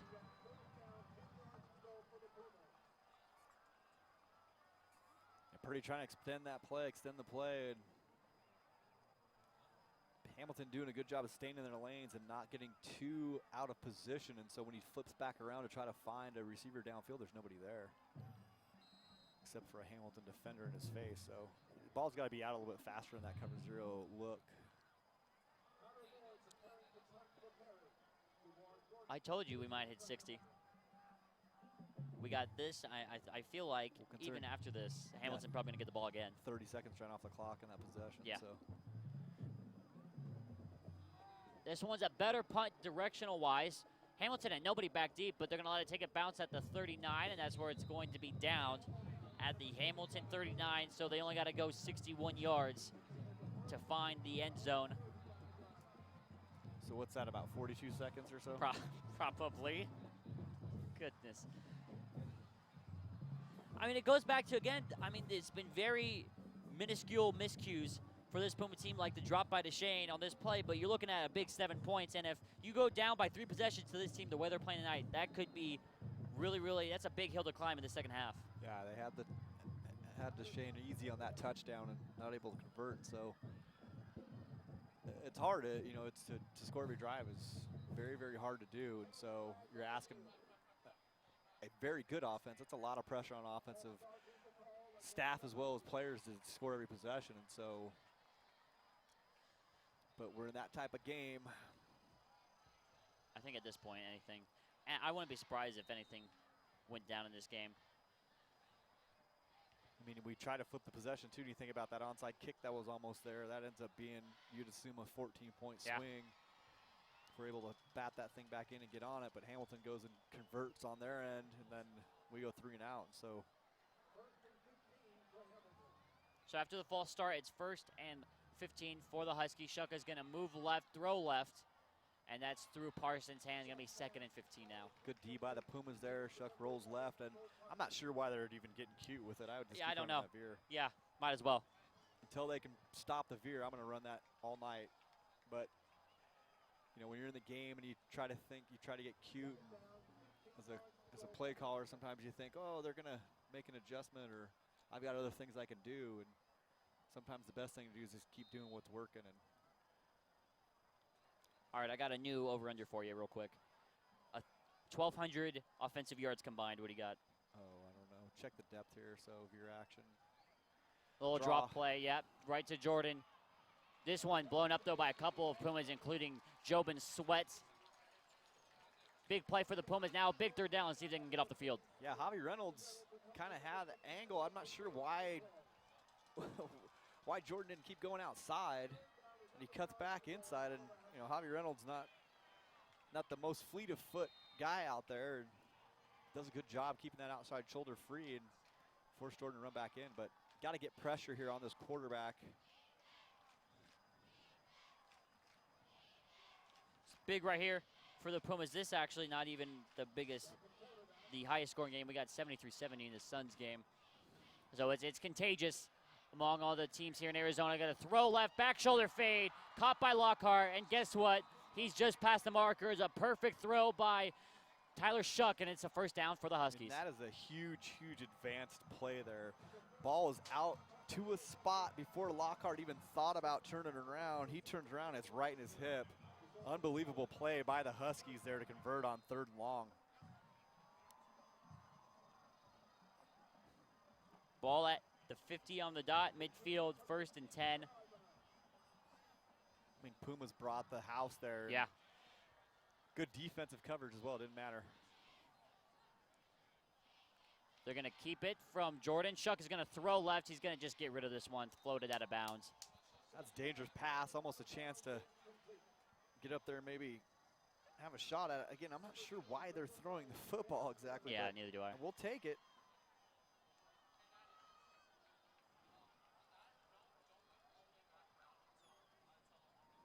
This is, one of those games to where Jordan has been eating the Pumas alive.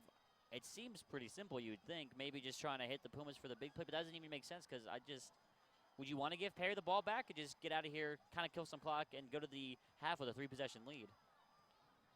No, I think I just want to score no matter what. Shuck, well, they're going to throw it again. One-on-one coverage down the left side. Shuck throws an absolute dime. Did he hold on? No, his feet were out of bounds. He came down with the ball, but his feet did not find the correct side of the boundary. It's going to be 3rd and 10 again here for Hamilton. I'm not sure why they take that shot. It's great defense up top by the Pumas. And so, I mean, it's a good ball. It's on the bigger defender, on the bigger receiver. But I'll tell you what, no separation and running stride for stride was the Puma defense of Jalen Young there, and so great job by Jalen Young. I'm not sure I'm going to test him. He's a pretty fleet of foot DB up there. Or is that Darius Holton? Darius Holton. You think maybe 2 down territory for the Huskies here? Yeah.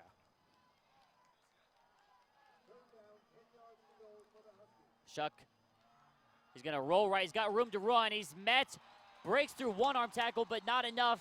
to get much of anything. It's going to be 4th and 9 for the Huskies. Looks like they're gonna punt. I don't know. At 3 possessions, this game's over. So yeah, you might as well. I think they'll probably get it. But hey, finally a stop. That's all we can ask for. And we'll see what happens on this punt. We'll see if there's any funny business going on. We got Colby Dickey back deep to return. Looks like Rush, the place kicker, is going to be punting. There you see Dickey standing on his own 12-yard line. Little high snap, caught, no problem. Kick, booming kick. Dickey waves his hand, kind of tricks the defense. Nice job right there by Colby Dickey. I saw him running forward. He deked the special teams unit, ran up to the 25 when it was actually going to land at more closer to the 5, bounces through the end zone for the touchback. That's what they teach you. That's a guy who actually takes his coaching. You put your heels at the 10-yard line.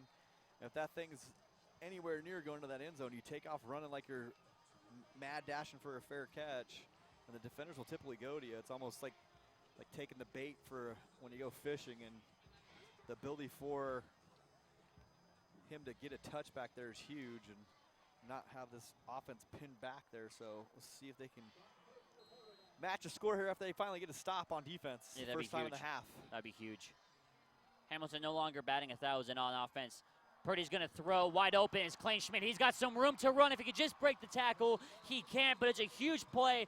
22 yards, first down, Perry at the 42. It's too easy. 3 turnaround routes, inside turnaround routes, wide open, no backer, defender there. Schmidt, huge gain, 22 yards on first down. Puma's looking to narrow the gap here. Purdy's going to keep himself on the design runs. Got some room to run on the left side. Brock Purdy, there he goes. The speed, and he is gone. 10-5, end zone. Touchdown, Perry, the second time he's running a long one. 60 yards almost on the carry, and a huge touchdown, Perry. Yeah, designed run. Colby Dickey does an unbelievable job on the outside, making his block. Keeps that defender pinned inside. Brock catches the edge, gets to full speed, and he's gone. Outruns a very fast Hamilton defense for his second long touchdown run of the night. 58 yards on the carry. It's that thing with Brock, when you kind of watch on film, especially right now, he doesn't look fast per se, but the dude is deceptively quick. Yeah, somehow he is fast, and it doesn't look like he's running that fast. That's always been the thing. It's extra points. They're saying it's no good, and they are right. It's no good. So that 2-point conversion now wiped away from earlier in the game. Pumas trail by 7. It's 49-42. Yeah, got a little penetration there again in the inside for the second time. The last time they kicked a PAT was blocked on that same kind of penetration. So that front line not doing their job for the Pumas, sticking a shoulder to his shoulder and keeping guys from coming in that lane. So Hamilton defense putting pressure on the PAT blocks.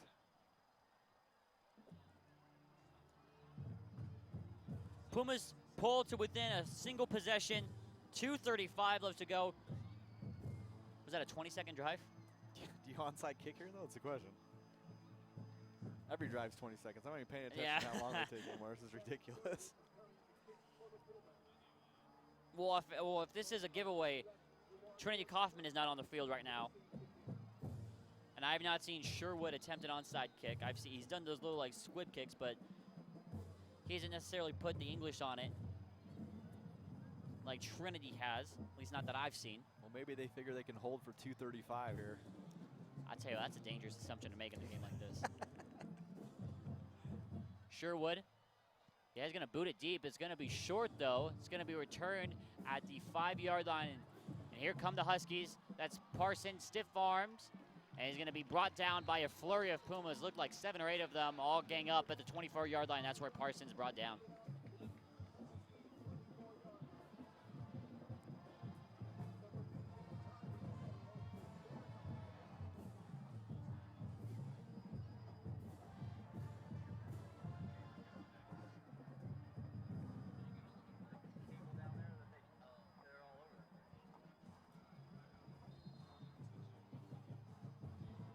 .228 in the half.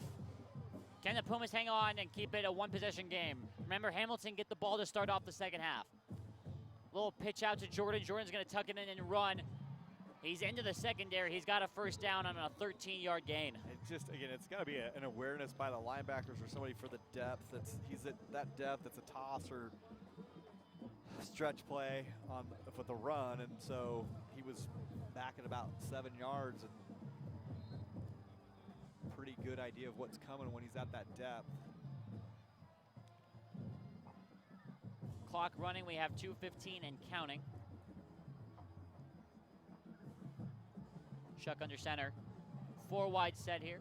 3 wide set with the tight end kind of as the slot guy. They're going to give to Jordan straight up the gut. And that's blown up from the start. Big play for the Pumas. Yeah, finally get some penetration there by the defensive line. Nice job by Ethan Barnhart, defensive tackle, the 6'1 junior. Makes a huge play. Puts him in a 2nd and long with the clock actually running. That's a change for once. And Hamilton taking their time kind of right now to get to the huddle. You only have 90 seconds left to go in the half. I guess in this kind of game setup, though, yeah, one play that goes long almost every single possession. So offset back here, see if they leak him out in the backfield. And there's the flag. Oh, timeout. Oh, timeout, yeah, we had a timeout call from the far side. Coaches didn't like the look of that set, so they're going to burn one. They only got one more left, so it's 1:17. Hamilton take their second time out, up by 7 with 2nd and 12. Yeah, so they came out in an offset. Jordan lined up kind of more behind the guard while Shuck was under center, and so it looked like they wanted to shift. The tight end wasn't really sure what the formation was supposed to be, and Hamilton coach is making a good decision, making sure everybody's on the same page and calling that timeout. Big 2nd and long play here. Let's see if the Pumas come up with another stop on defense. It'd be 2 in a row if we can come up with that, and that'd be a huge boost going into half even for this team.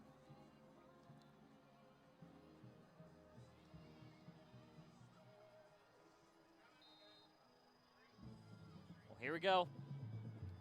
Any chance to get off the field at any point for either of these two defenses makes it automatically huge. This time they get the set that they're trying to run. Shuck under center is going to kind of roll out. He's going to look for a guy left side. He's got it. Back shoulder fade. Did he hang on? No, he did not. Incomplete. 3rd and long now for Hamilton. Huskies doing a good job. They max protect that. They only send 2 guys out in the route, but really no route run. It was kind of a weird thing. They're running that back shoulder fade, but I mean, they max protect. They keep everybody in, and they didn't even really run a route. Right. Back shoulder throw is just thinking your guy's better than their guy. And they've been on the money with that early, but that's a really hard ball to throw with at a high clip. I mean, so see if Pumas bring extra here. Huskies gonna cover 0. Yeah, change out of the route. Here we go. Shuck is gonna roll out. Pumas gotta find him. He throws it deep, just a jump ball. Little PI maybe. He caught it anyway. First down, Hamilton inside the 30. Shuck with a great job. Rolls out, beats the pressure, breaks contained, just throws one up, and the big Hamilton receivers come down with the ball. Back-breaking play for this defense. Yeah, that hurts. In a great position to stop there. It's a thrown-up ball. Panic mode by the DB and not able to make a play. And really, he was in good position. Didn't get called for the PI, just couldn't rip that ball out. Brandon Shanks on the reception. They're going to give to Parson on the left side with the little counter. Stiff arms a man to the ground, and he's going to be kind of forced out of bounds for a gain of, looks like 4. 43.7 seconds left to go. Gosh, the Pumas brought pressure, brought the house. Got to the spot, and just Shuck spins out of there and breaks contain. That's why he's one of the most highly touted players, one of the most highly touted quarterbacks in the state. They're everywhere on this field. They are. There are some players on both sides of the ball here tonight. If you want to see star power, this game has got it in spades on both absolutely. sides. Perry trying to hold on, just get to the half, only down by a possession. Shuck is going to step back, reverse his field. He's got all the time in the world. Now he's going to just float it up to who? Did he come down with that? No, he did not. He was looking for Lockhart. Lockhart thought he got a foot in, but the referee disagrees. Well, good presence of mind by Mayberry. You saw when he jumped up in the air, and Mayberry just shoved him out of bounds. Carry that to the incompletion. So good presence by number 9 for the Pumas, making a nice play there on defense. I think also the best part about that play, minus the incompletion, that play lasted about 10 seconds, so even more time kind of chipped off the clock. Hamilton very leery of the pressure the Pumas can bring, and so keeping in extra guys. Jordan there on the roll goes to seal that edge off. That defensive tackle for the Huskies, number 77, the big man, Hunter McGinnis, 6'6", 320, gets his rear slid around the side to seal it off too, so gonna be a quick pass here. 3rd and 7. Shuck fakes the quick ball, is gonna throw to the right side, incomplete. A little hand fighting going on between both parties, but it's 4th down for the Huskies. I'll tell you, it's great defense by Effinger there. They're trying to run a double move, a little out and up action. Effinger not having it, sticks in the hip of Brendan Rice. Nothing doing. Huskies gonna come out and try to attempt a field goal here. Fairly long kick for the high school level, gonna be about 42 yards. Well, it's gonna be rush, and like you said, Brian, looks like they're setting up. It's gonna be 41. For 41 yards, the left hash. Snap is good, hold is good, looks left, doesn't it? Barely even had the distance, but it was wide left. We can tell that from here. Pumas, that's a big win for the Pumas on defense right there, Brian. Oh, huge, huge, huge. So they'll take possession on the 20. It's a touchback from that distance in high school. And so let's see if the Pumas, we've seen them score way faster than 27.9 seconds before. See if they can take advantage, maybe get a, again, test play on 1st down, see what they can pull out, and then look for the big play. Heck, maybe they'll go in tied. Pumas have all 3 timeouts as well. And we've all been firsthand witnesses to how fast this team can move the football. Yeah, and anybody can do it. They've got multiple weapons out there. They're able to do it. Colby Dickey still hasn't had a catch tonight. Yeah, right. So maybe this is the Good time point. where Colby Dickey makes a play. But Hamilton playing a big-time prevent defense here and see if they can. They got plenty. They had all 3 timeouts. Clock stops on 1st downs. You throw it to the middle and get up there on the ball and go. Purdy's going to throw right side to Deshane James. He's able to hold on. He needs to just fall down, and he does. He's got the 1st down at the 39-yard line. Pumas are going to move here. 20 seconds left to go. And we got a timeout for the Pumas. They're gonna burn one right now. That's their 1st. Yeah, might as well. You know, they're still kind of scrambling. The linemen didn't get down there as quick as they would have liked, and so you can't take them with you. So you might as well use it there, get in the right play. Still within striking distance here, even with 20 seconds left. That's insane how we were sat on our 24-yard line with just under 30 seconds left, and we're thinking, they could probably score. Different game as this offenses keep evolving with the speed at which they can get the calls, and especially in high school with the clock stopping on 1st downs. You almost think that they're going to have to change that rule with the way that these games can go. And we're an hour and a half in. We're not even done with halftime here at this game. And we're not dealing with TV timeouts or commercials. So. Yeah, right. Both teams retaking the field now. 20.2. Ball at the Pumas 38. 1st down. 5 wide set. Purdy in the gun buys Lonesome. Gets the snap. He's going to force to run. He's going to fake the throw. Hamilton don't bite. Stiff arms 1. He's going to have to get out of bounds, and he does.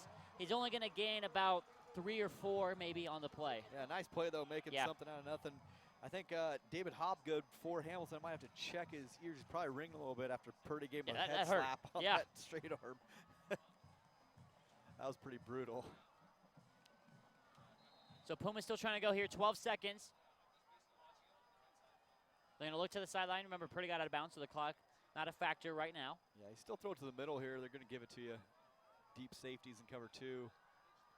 Purdy's going to throw right over the middle for Dickey. Dickey's got it. He needs to fall down, and he does at the 30-yard line. Call timeout. They do. 6 seconds left from the 29-yard line. Yeah, take it again if they're going to give it to you. You have plenty of time here. You throw it to the middle again. If they're going to play that defense and they're going to give it to you, get in field goal range at the very least, you have plenty of time as long as nothing goes sideways on the snap or anything. But that ball's got to be out quick, and you call the timeout. Get down, though, after you catch it. But there's Dickey, first time tonight, big gain on that second down play.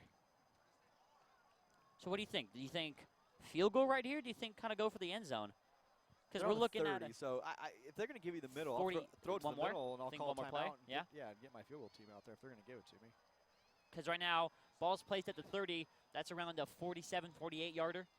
Yeah, they're not going to kick it from there, so they got to pick up another 20 yards here. We don't have No, definitely not. the range of that, so Oh, not even. That'd be. it's a 47. Yeah, yard 40. field Yeah, I goal was right. from Okay, there. I was just making sure I just did my math right. So we got 6.2. Hamilton's defense on the field. Perry still kind of crossing their T's and dotting their I's. Let's see what they draw up here. And I can't imagine they're going to run that same defense, but it looks like they're lining up in that deep cover too. Those safeties are 20 yards away. Yeah, they are. Throw it to the middle. If they're going to give you 7, we have got the ball less than 30 seconds left. They're going to give you 3, then take it. Purdy's going to look to throw. He throws to the left side, through Deshane James's hand. That hurts, so now that kind of limits the playbook to just throwing it up long. We're going to get illegal hands of the face here called on Hamilton. Ooh. So we're going to pick up another 15 here on the play. That's huge right there. Actually took the helmet off of the Puma offensive lineman, number 77, Caden Baxter. Those 15 yards there. Well, now Coach Jones, like you said, you're all for kicking the field goal, getting your points. I'm kicking the field goal here. Let's see what Coach Jones has got up his sleeve. Let's see what he's thinking. Yep, there it is. They're going to bring the field goal team on. I mean, it's 30 seconds left, and they just gave you 3 if you make it here. So Brock Purdy wants to go for it, but I agree with this call all day. This should be a makeable kick, 31 yards for the Pumas. So we're looking at a 31 and a half technically with the T's spot in between the 31 and the 21 and the 22. Sherwood, this is huge. To bring it to within 4. He's got the distance. Looks left. Missed it left. Yeah, missed it left. That hurts. That hurts if you're the Pumas. Pumas go into the half. Still only a 1-possession game, but they go into the half down by 7. Yeah, yanked it left. Plenty of leg. I mean, he crushed it, but it's a little bit of trickle on that thing and gets it going left. So Puma's going to have to go into halftime, figure out this offense, which they kind of started to do those last 2 drives. You got to be happy with that. There was definitely progress made, for sure. And so we'll see what they can come up with. Well, I'll tell you what, if you're not worn out, if this isn't a fun game to watch, I mean, I don't know what is. This is all offense all the time. 49-42, Hamilton up by 7 at the half. We will come back at the start of the second half to get us going. We got second half football coming live from John Wren Stadium up next.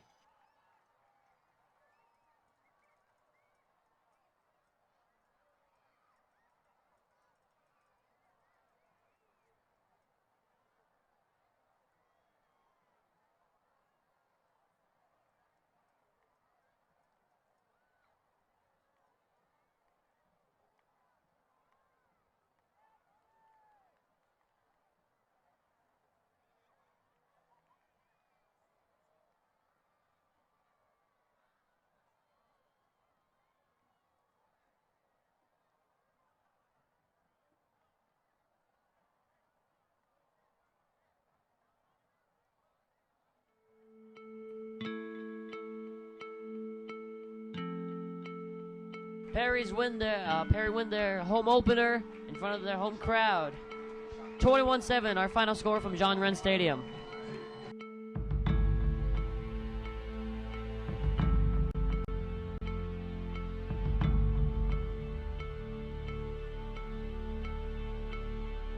Howard drives inside. There's about 4 players there and gets blocked, but Van Haren regains the possession. Outside in the corner for Marcus Howard for 3, and it's good.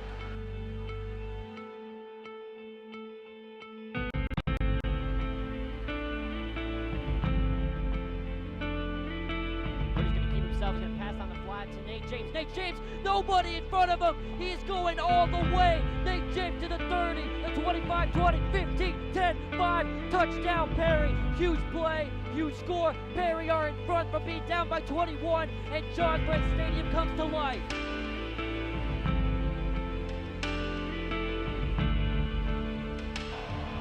Purdy gets a snap.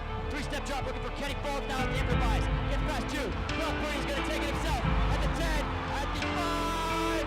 Stop short as he is. Got it. Touchdown, Brock Purdy. They did it.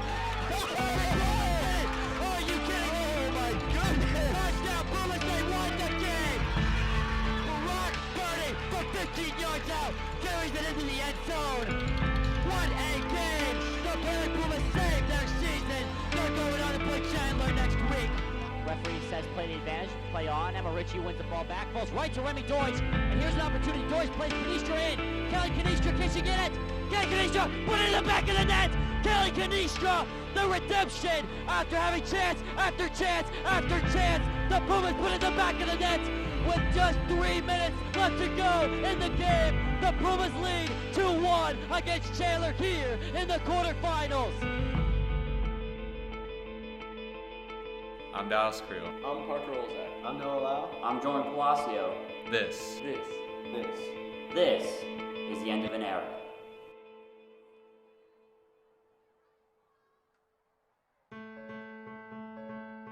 I've made a lot of memories here with PS4 throughout the last year. I think by far my favorite was the Perry versus Hamilton football playoff game.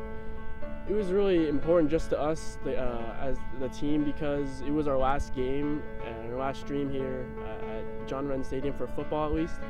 And it was also fun because I got to be a cameraman on the sideline and I was the closest to the action whenever Brock Purdy scored the winning touchdown to beat Hamilton in overtime. And I had the student section behind me just cheering and chanting, and it was just super fun, the entire atmosphere and just how loud everybody was and just the excitement going through our headsets and on the field and everywhere. So I've been involved in this program, like I said, since 2013. And if I had to pick one thing, I mean, we've done a whole lot of different things. We always try to innovate. That's what we pride ourselves on. We're like ASU. But if I had to pick one thing that I'm like the most proud of, or like my favorite memory, I think it would have to be essentially the movie that we created, our 70-minute documentary, Perry Girls Soccer, 320 minutes, this past year, my senior year.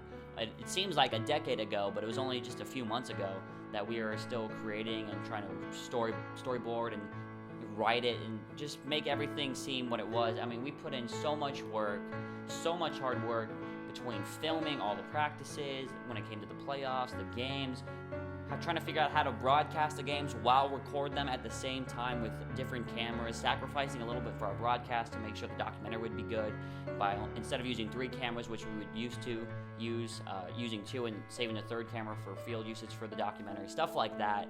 And I think it taught us a whole lot too, because it was the first time we're used to doing a whole lot of live stuff, and it was the first time that we actually had the ability to sit down, edit something all the way out, and make something I think that was very special. And then throw in the fact that it got showed at Harkins, and that we made so many new friendships with a lot of the girls, and that they all, for the most part, I'd say, appreciated it a lot. And like I said, we've connected with those girls in ways I don't think we would have before if we just broadcasted the games like normal.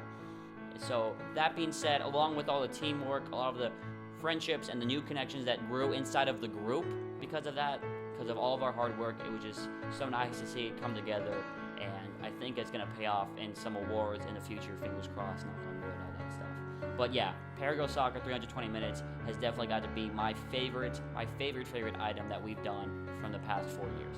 One of my greatest memories here at PS4 was the Chandler Girls Soccer game in the quarterfinals this year. Perry won 2-1 in overtime against Chandler. It was a real emotional game, really exciting. We only had 4 people doing that game. It was me, Jordan, Ben, and Kyler. To make the stream look as good as it was definitely one of the greatest memories here at PS4. And knowing we had Parker on the field, capturing all those great moments from the documentary, and especially for it being our last game here at John Wren, was definitely a great moment in PS4. My favorite moment for Perry Sports 4 was when we made the Perry Sports 4 Story of Us documentary. This is my favorite moment just because it highlighted each individual talent that we have and what we bring to the table for the streams. This was a good tool to use to send off to colleges and ended up lining me up for a good broadcast career at University of Nevada, Las Vegas, where I currently attend. Overall, this is such a good moment to look back on my senior year because it kind of highlighted such a successful year with the broadcast team. Since formed in 2013, PS4 has been the first in many categories when it comes to sports broadcasting. We were the first to use HD cameras for our live streams. We were the first to integrate instant replay for our live broadcasts. We were the first broadcast team to win an Emmy, and the list goes on and on. None of this would have been possible, however, without the guidance of our teacher, Brian Bernier. Bernier, for all 4 years, has been an incredible help, willing to put the team first above his own needs, has even brought in his kids for live broadcasts, for live streams, just to help us out. And from me, the rest of the group, all to him, thank you so much, Brian. None of this would have been ever possible without you. Speaking for the entire group, I can't say how much we enjoyed broadcasting literally almost every single sport at Perry High School, from wrestling all the way to baseball, from softball to basketball, girls soccer, football. The list goes on and on with the sports that we've broadcasted. As for most of the group, either we have or we are going to move on to bigger and better things, whether we already graduated, we're graduating this year or next year, depending on what the case is. PS4 has been a bond of brothers ever since the start, and it's kind of sad that it's coming to an end, but for now, for everyone here at PS4, I'm Jordan Palacio. I'm Camden Nielsen. I'm Nicola Vermicelli. I'm Jake Billingsley. I'm Noah Peruch. I'm Dallas Creel. I'm Parker Olzak. I'm Noah Lau. And we are PS4.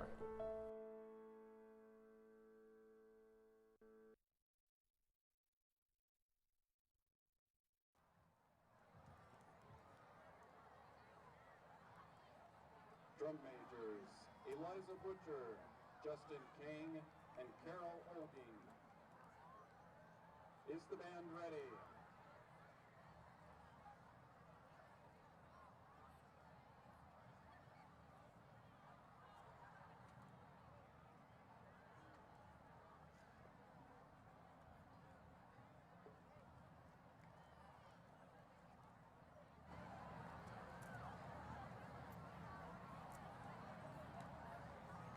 You may take the field in performance.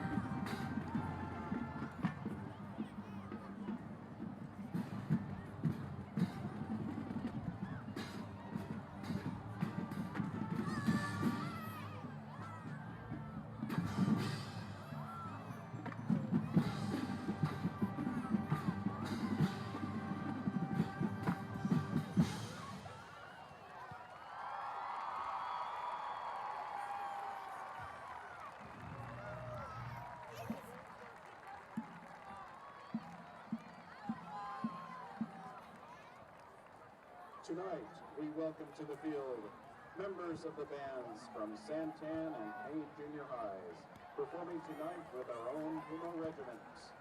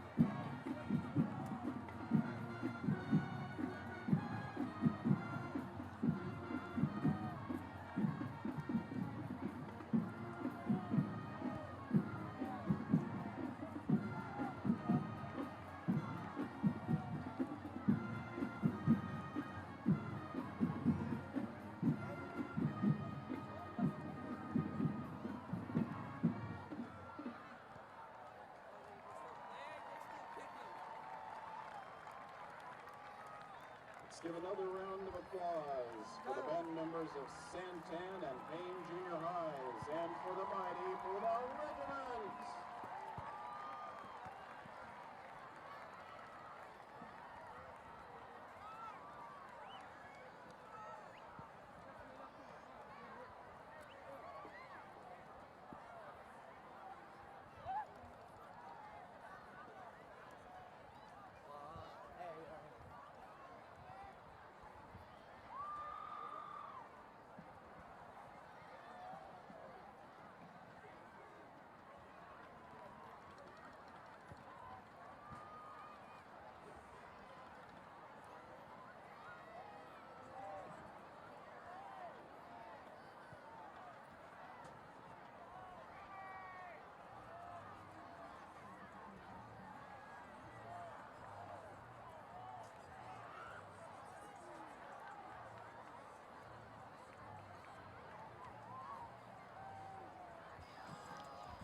Hello, ladies and gentlemen, and welcome back as we're getting set to start off the second half of football here in just a few moments. On the screen right now, taking a look at Perry's stats for the season, and everything except for the defensive stats I think is going to skyrocket after tonight. We're looking at receiving yards per game. You see there nearly 300. That's probably going to get a little bump up, a little healthy, nice push after this game. Pumas are running for about 250 yards a game. They scored 58 total touchdowns. You can add about 6 or 7 more actually to this game. After this game, even so far, we're only halfway through, and 19 total sacks so far on the season. Getting close to that 20 mark. We'll see if they'll be able to hit that tonight.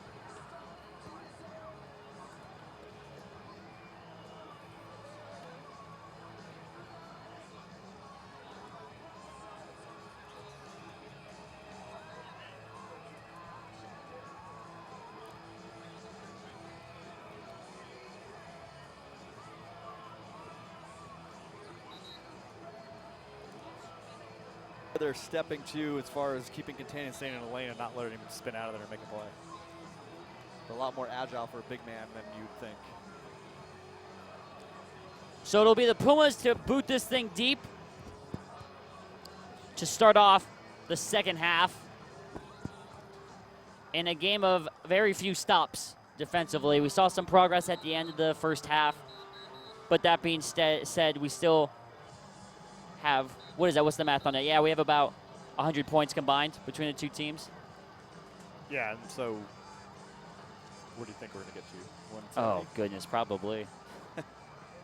170, definitely a possibility here with this game, but Pumas getting back-to-back stops at the end of the half, so hopefully we can carry that momentum into and that belief into the locker room and come out in this second half and do the same thing and really make this game flip back in their favor as far as possession. So Trinity Kaufman out there, you're assuming an onside kick maybe coming. Let's see. Yeah, here we go.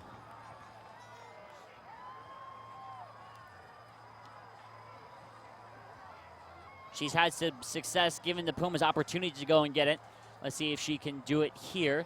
Be huge for the Pumas to start off with the ball. So a little pooch kick, we got a whistle. They're going to blow it dead.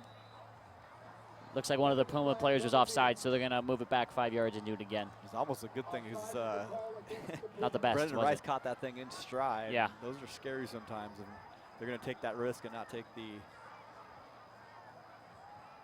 fair catch. So we'll see if they come back with something else here, the same kind of look. But I would kick it the other way.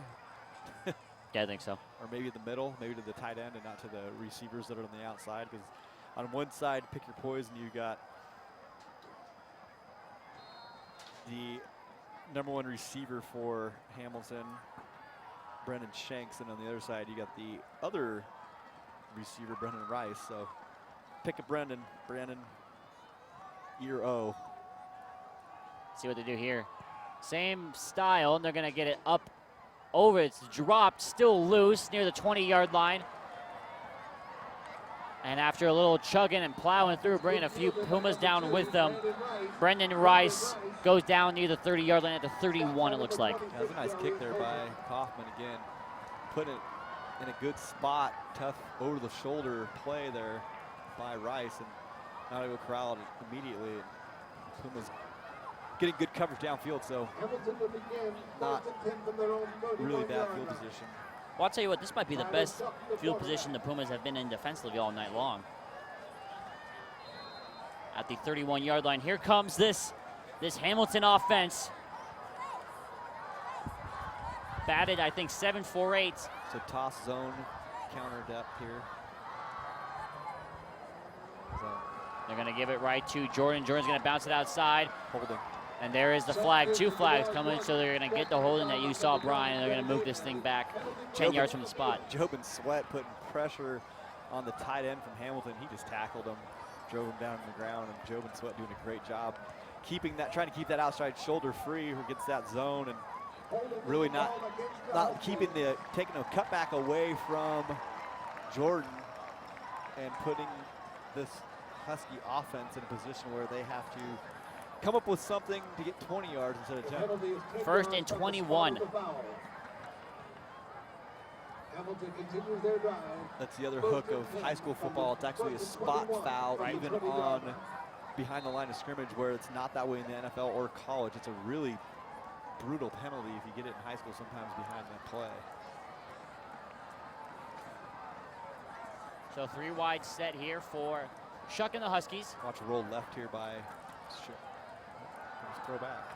He's looking for a throw, and now he's going to be hit from behind, and there's the sack the Pumas were looking for.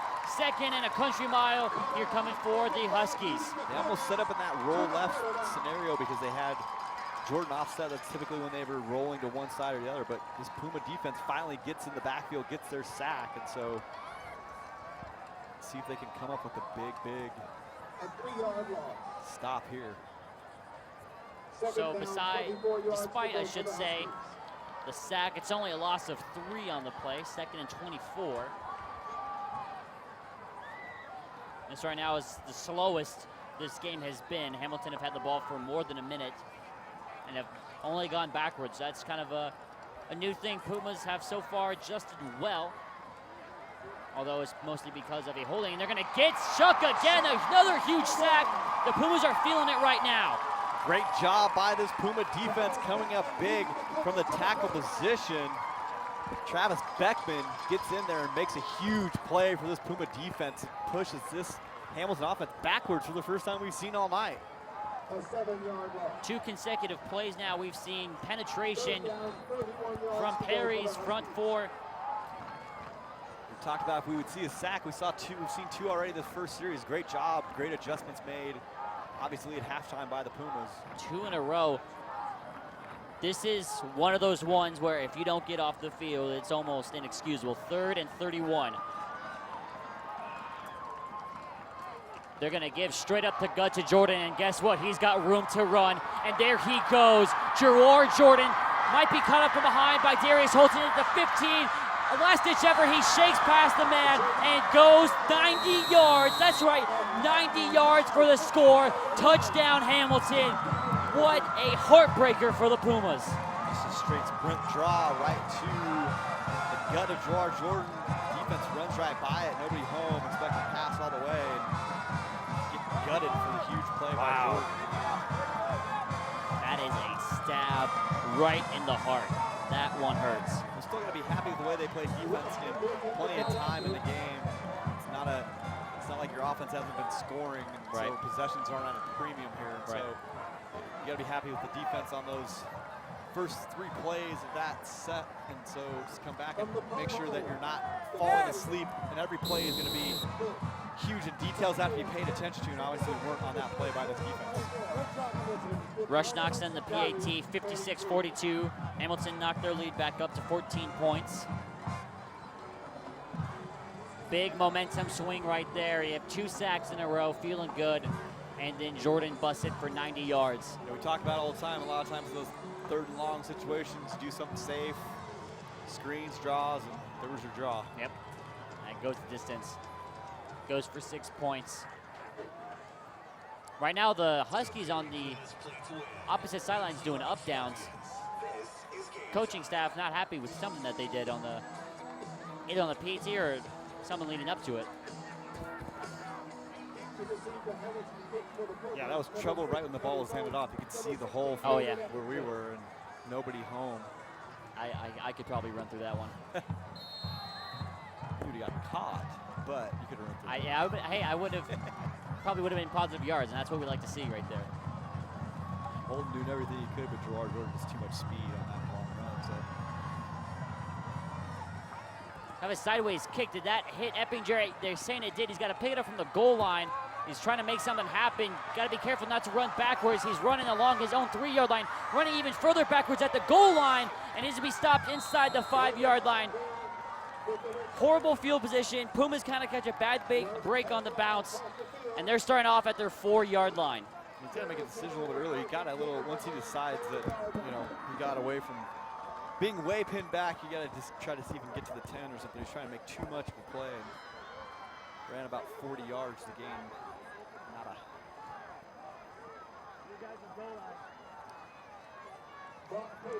Pumas just got to stay on schedule here on offense, not let the moment get to a momentum right now all on Hamilton's side after the big run and after this kickoff being pinned back deep in the shadow of their own uprights right now. Purdy gets the snap, and he's going to give straight away to Fultz. Fultz has got some room to run. He can't break the tackle. Try to stiff arm past one guy. That was the last guy to beat. He was this close to going 96 yards the other way. Yeah, almost back-to-back 90-plus yard runs would have been something else. It wouldn't surprise me at all the way this game's been going. But yeah, one man to beat almost made the stiff arm move to get up the sideline. Nice run on first down after he pinned back there. Hamilton's defense was still trying to get set. Purdy snapped it. We have a flag coming in from the back judge. See what the flag is for. Maybe too many men on the field? Penalty flag on the field. We got 11. What do we got?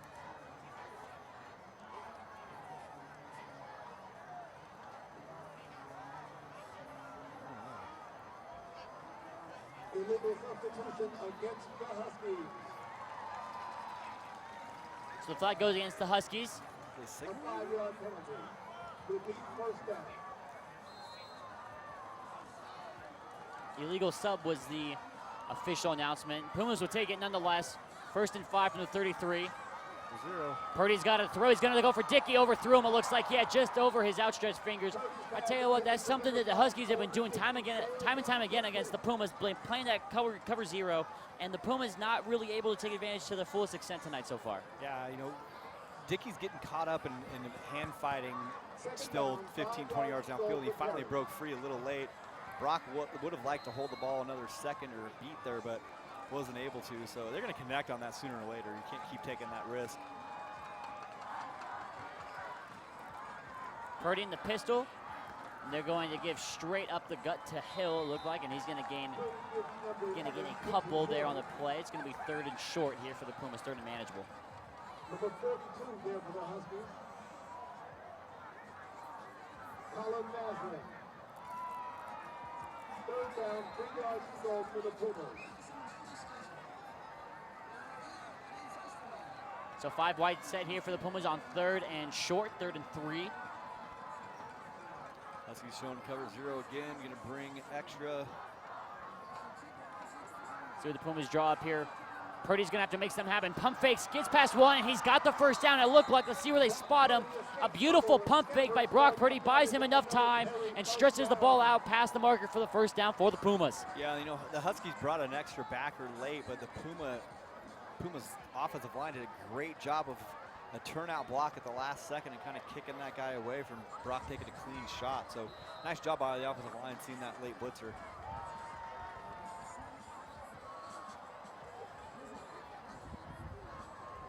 Purdy gets the snap. He's going to give straight up the gut. Looks like Jalen Young on the carry.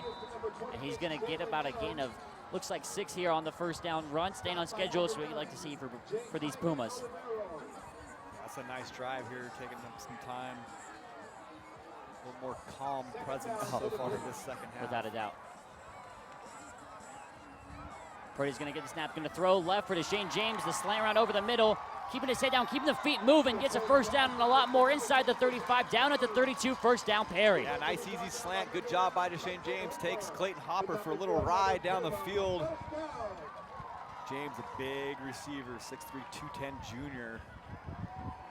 Got that big Division I size, why a lot of schools are taking a nice hard look at Deshane James. They're going to give to Robertson on the right side. He makes a move, jump cut to the right.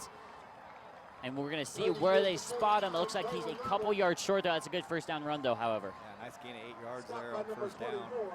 Alfonso Taylor. An 8-yard pickup for Roberts. Purdy in the gun. Young to his right. He's going to keep it himself. He's going to spin around, trying to make something happen. He's got room to run if he wants to tuck it in. There he goes. Purdy to the 15. Cuts right. Looks like he's got a chance. He's going to find the end zone. He zigzags his way in for the score. 24 yards. Purdy's 3rd rushing touchdown of the night. And it's another huge score for the Pumas. Yeah, Brock Purdy sets him up, pushes outside real hard, cuts back, and then cuts back again. Doesn't even get touched as he goes in the end zone. Pumas looking to go for 2 here. Try to again flip this schedule here, so.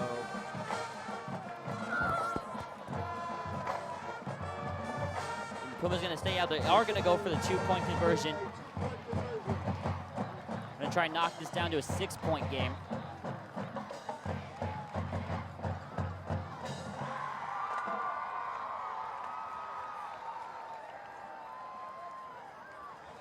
Pumas taking their time to get set. And finally do. Purdy's kept it himself the first 2 times. Let's see what he does on the 3rd. He's going to roll to the right. He's got Dickey there, and he's got it. That's an easy 2-point conversion, easy as you like. 56-50 with 7:19 left to go here in the 3rd quarter. Again, Puma's got to be happy with that last defensive possession, and again, just down by 6. Got to hope he can come back and do the same again this next series, and just get off the field on 3rd and 30. Yeah.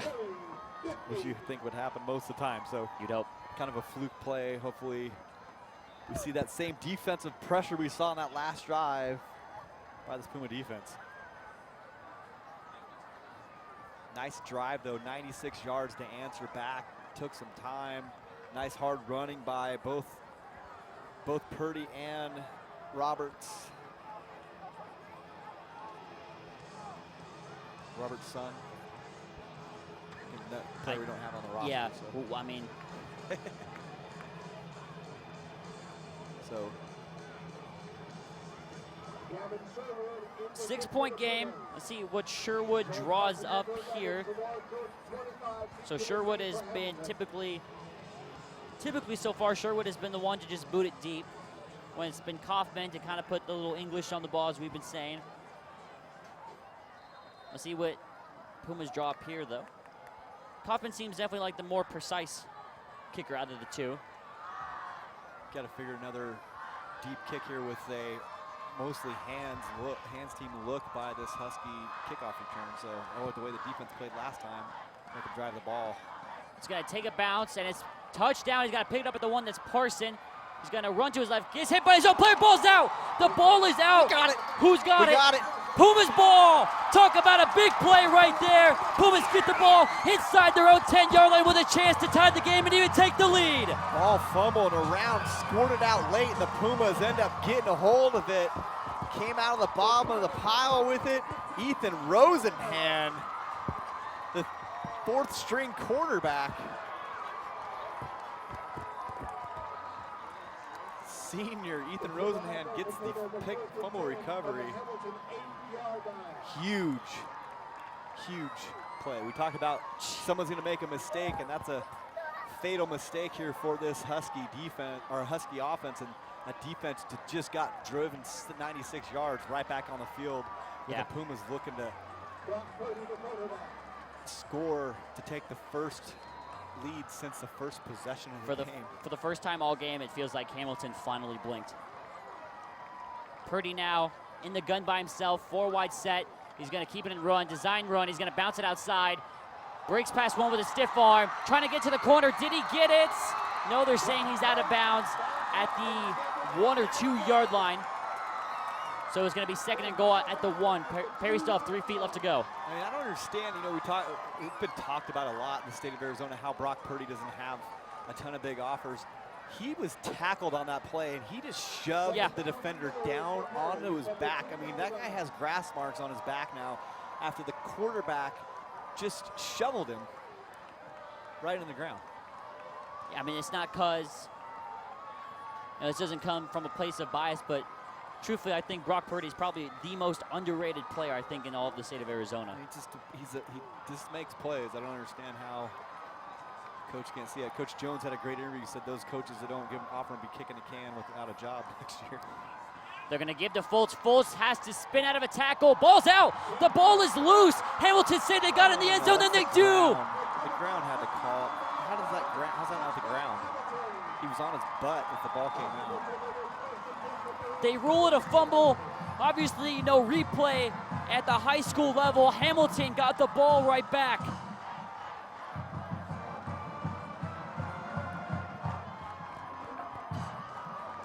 Get pressure, you try to make a huge play. We see he spins. We were on a delay. We pulled up on our delay, and you can see clearly that he was down before the ball came out.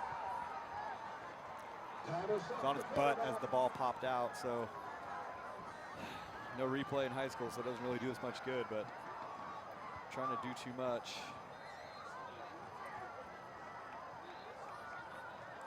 The two teams trade places. They go fumble for fumble.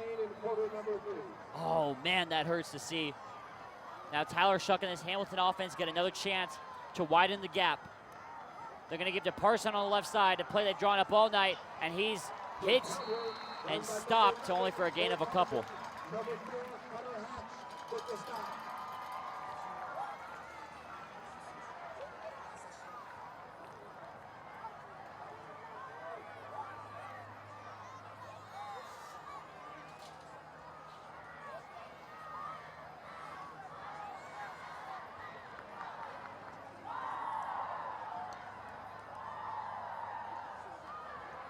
Six points separate these two teams.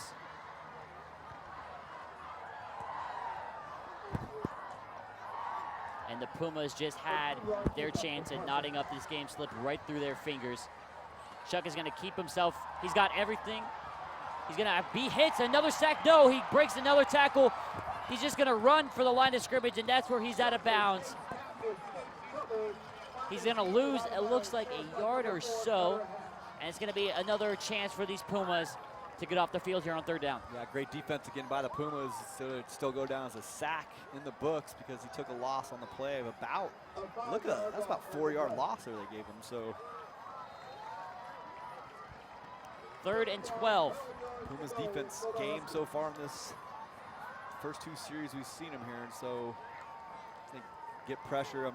Expect Hamilton maybe max protect here again. That's what they've kind of liked to do on third down when they had to throw. So see if that's the case here. You got 2 tight ends in the game. Shuck under center, gets his snap on 3rd and 12. He's gonna throw left side, one-on-one coverage. Did he catch it? Did he hang on? No, he did not. Right at the last second, it came out of his hands. David Eppinger on the coverage for the Pumas. Yeah, I'm not sure about that offensive theory there by the Huskies. Keep testing Eppinger, and it hasn't worked all night. Yeah. Anytime he's been in possession with one-on-one, he's beat those guys every single time.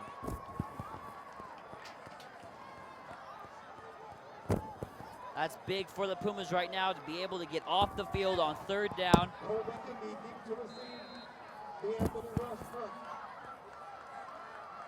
And the Huskies now are going to have to punt for the 2nd time tonight. Dickey back deep to return. He's standing at Perry's 43-yard line. Not a whole ton of pressure from the Pumas. Dickey's going to back up to his 35, backpedaling. He fumbles it, he muffs it, and it's picked up by the Huskies. He was backpedaling. You thought it was going to happen, and it did. He muffed it, and the Huskies recover at the 34. Backpedaling the whole way, not making a sound play. Huge mistake by this Puma special teams.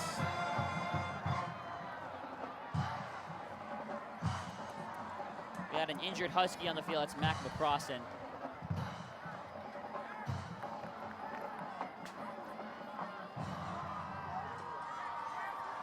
And he's going to limp off the field under his own power. Oh, that's been one close opportunity after one close opportunity for these Pumas. So far, he had the fumble in the end zone, and now Dickey muffs the punt. Asking this defense to make another huge No, that's stop. exactly what I was about to say. At this point, you're getting to be asking a lot from your defense.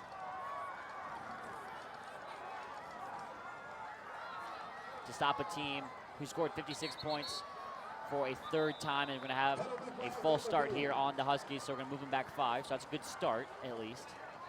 So 1st and 15 from the 39.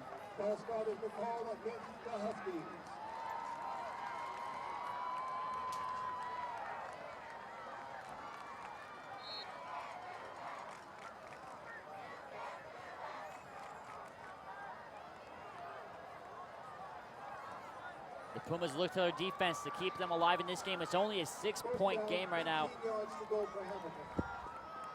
2 chances to take the Yeah. lead on the flip of possession. So Pumas.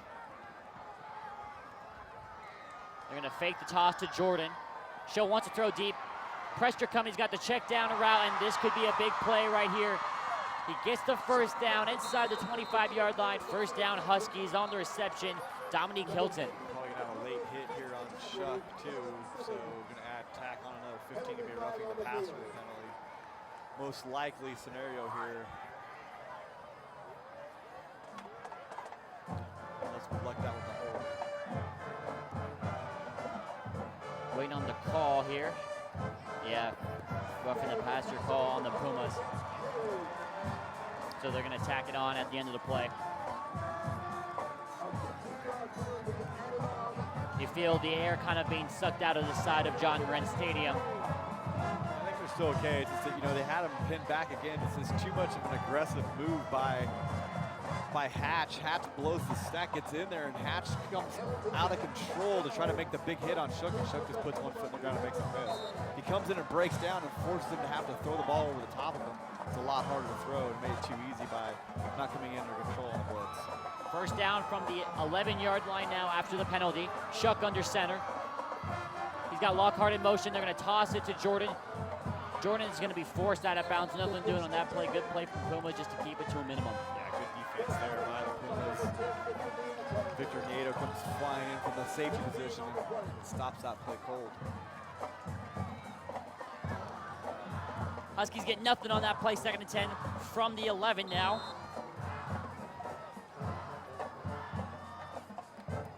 .440, been a lot quieter of a second half, but I think the tension in the stadium has skyrocketed after these past 5 minutes. Shuck gets the snap. He's going to run the little counter to Parson. Parson jump cuts to his right. He's short of the marker. It's going to be 3rd and manageable here for the Huskies. Great job by the Pumas holding up on that counter. It's giving them trouble all night, keeping it to a manageable 3rd down. And get a Husky down. Looks like Mo Parsons taking a shot to the lower extremities there. Yeah, Parsons is kind of shaken up on that play. Maybe cramping. I mean, it's, you know, it's one of those things. It's still, if you're watching from somewhere else in the country, kickoff is still in the 90s probably, or dang near. Yikes, yeah. Bit of wind. It was definitely the high 80s. So still warm in our part of the world. And most people have enjoyed a fall. We've non-existent here so far this year.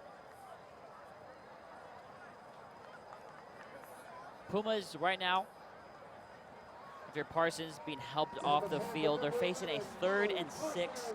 Huskies are facing a 3rd and 6. Pumas having a chance to hold Hamilton to a field goal. Even though we're down deep in the field, the Huskies can still get a 1st down at the 1-yard line. 3rd down, 6 yards to go from Hamilton from the Pumas 7-yard line. Crucial moments here defensively for the Pumas. Stop the bleeding as much as they can. 6-point game, 4:24 left to go. 3rd and 6, excuse me. They're gonna give to Jordan on the draw play. He's got a couple men to beat. A diving Puma makes the play. Did he stop him short? Yes, he did. It's 4th and 1. And now it's decision time for the Huskies. Nice job by the Puma backers sniffing that one out, staying home and forcing the cutback where they had help before we saw them get outside on that play and make it a big, big run. So Huskies gonna kick the field goal, make it 2 scores. Great win right there for the Pumas to keep it. If this field goal goes in, just to keep it to 9 points.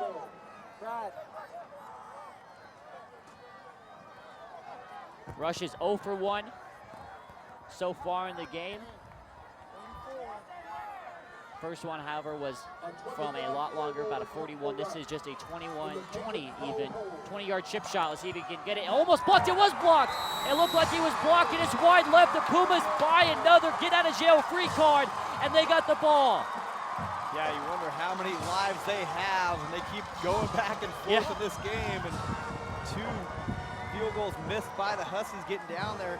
Really a tough angle when you think about it, being that close to wider hashes in high school. The goalpost is wider than it is in college and pros, but still really tough angle for a high school kicker. And Pumas need to take advantage and snatch this momentum while they have a chance. Put this Husky team on their heels. Really one big play in this half has made the difference in the score, but Pumas need to capitalize here. They're gonna take over at the 20-yard line. Purdy, little 3-step drop, fake the flat route, goes to Dickey. Dickey's got some room to run if he can get up the middle. He was hitting that, kind of knocked the wind out of his sails a little bit. It's only gonna be a gain of a couple yards, 2nd and long here for the Pumas. Setting up another play they have off of that. They have a pump off of that. They send the receiver blocking up the sideline, so we'll expect that to show up sometime here. It's about the 3rd time they've run that play in this game. So 2nd and 7, little fumble on the snap. Purdy's forced to go down. He was gonna take it back from Fultz. Kind of fumbled the exchange a little bit. It's gonna be 3rd and 11, it looks like now for the Pumas. Now you're in 3rd and long. Don't wanna go 3 and out. That run pass option there. Purdy did not make a decision. And bad exchange between the running back and quarterback. 3rd and 13. Purdy in the offense, look to the sidelines. Purdy's gonna run himself. He's gonna change his mind now throw off 1 foot. He's got a man. Did he run backwards? Stays on his feet, and he's got the 1st down. Talk about clutch plays from the Pumas. It's a 1st down as they get past the 35-yard line. Yeah, it looks like Brian Foreman Jordan Young. We have 3 39s listed on the roster. So take a pick. Let's name them all. That was either I'm going to put my money on Jordan Young, Ryan Corman, or Wyatt Corman. I'm going with Jordan Young. Deshane's wide open on the left side. He brings this one in, spins out of a tackle. There he goes. Deshane James to the 15, to the 10, to the 5. He's in for the score. Touchdown Perry. A point after away from taking the lead for the first time all game. Deshane James, a huge play again on the slant. We've seen that slant over and over tonight. There it is. Spins out of the tackle.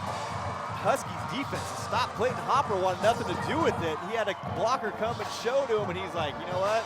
I'm not going to do it. He didn't want to have to get carried again by Deshane James. He already went for a ride. He didn't want another one. Big play by the Pumas. Chance to take the lead in this back and forth battle tonight between two Chandler schools, rivals in the Premier Region. Sherwood on for the point after. We have a false start, it looks like. I've never seen PATs like this. This is a lot more complicated than usually are. Yeah, it's just, we've seen penetration, blocks, misses. They're going to call it on neutral zone, yeah, the neutral zone infraction. Let's see if Preston Jones is looking like he might be thinking about 2 here, but I don't know if that's the... Yeah, they are. They're going to go for it. They're going to go for 2 after the offsides call. They only got a yard and a half to get. See what they come up with, and probably they've got their 2-point plays have been pretty high clip tonight. I think what are we at, 100% conversion for these? Yeah, I was about to say I lost track. Is this number 4? I think.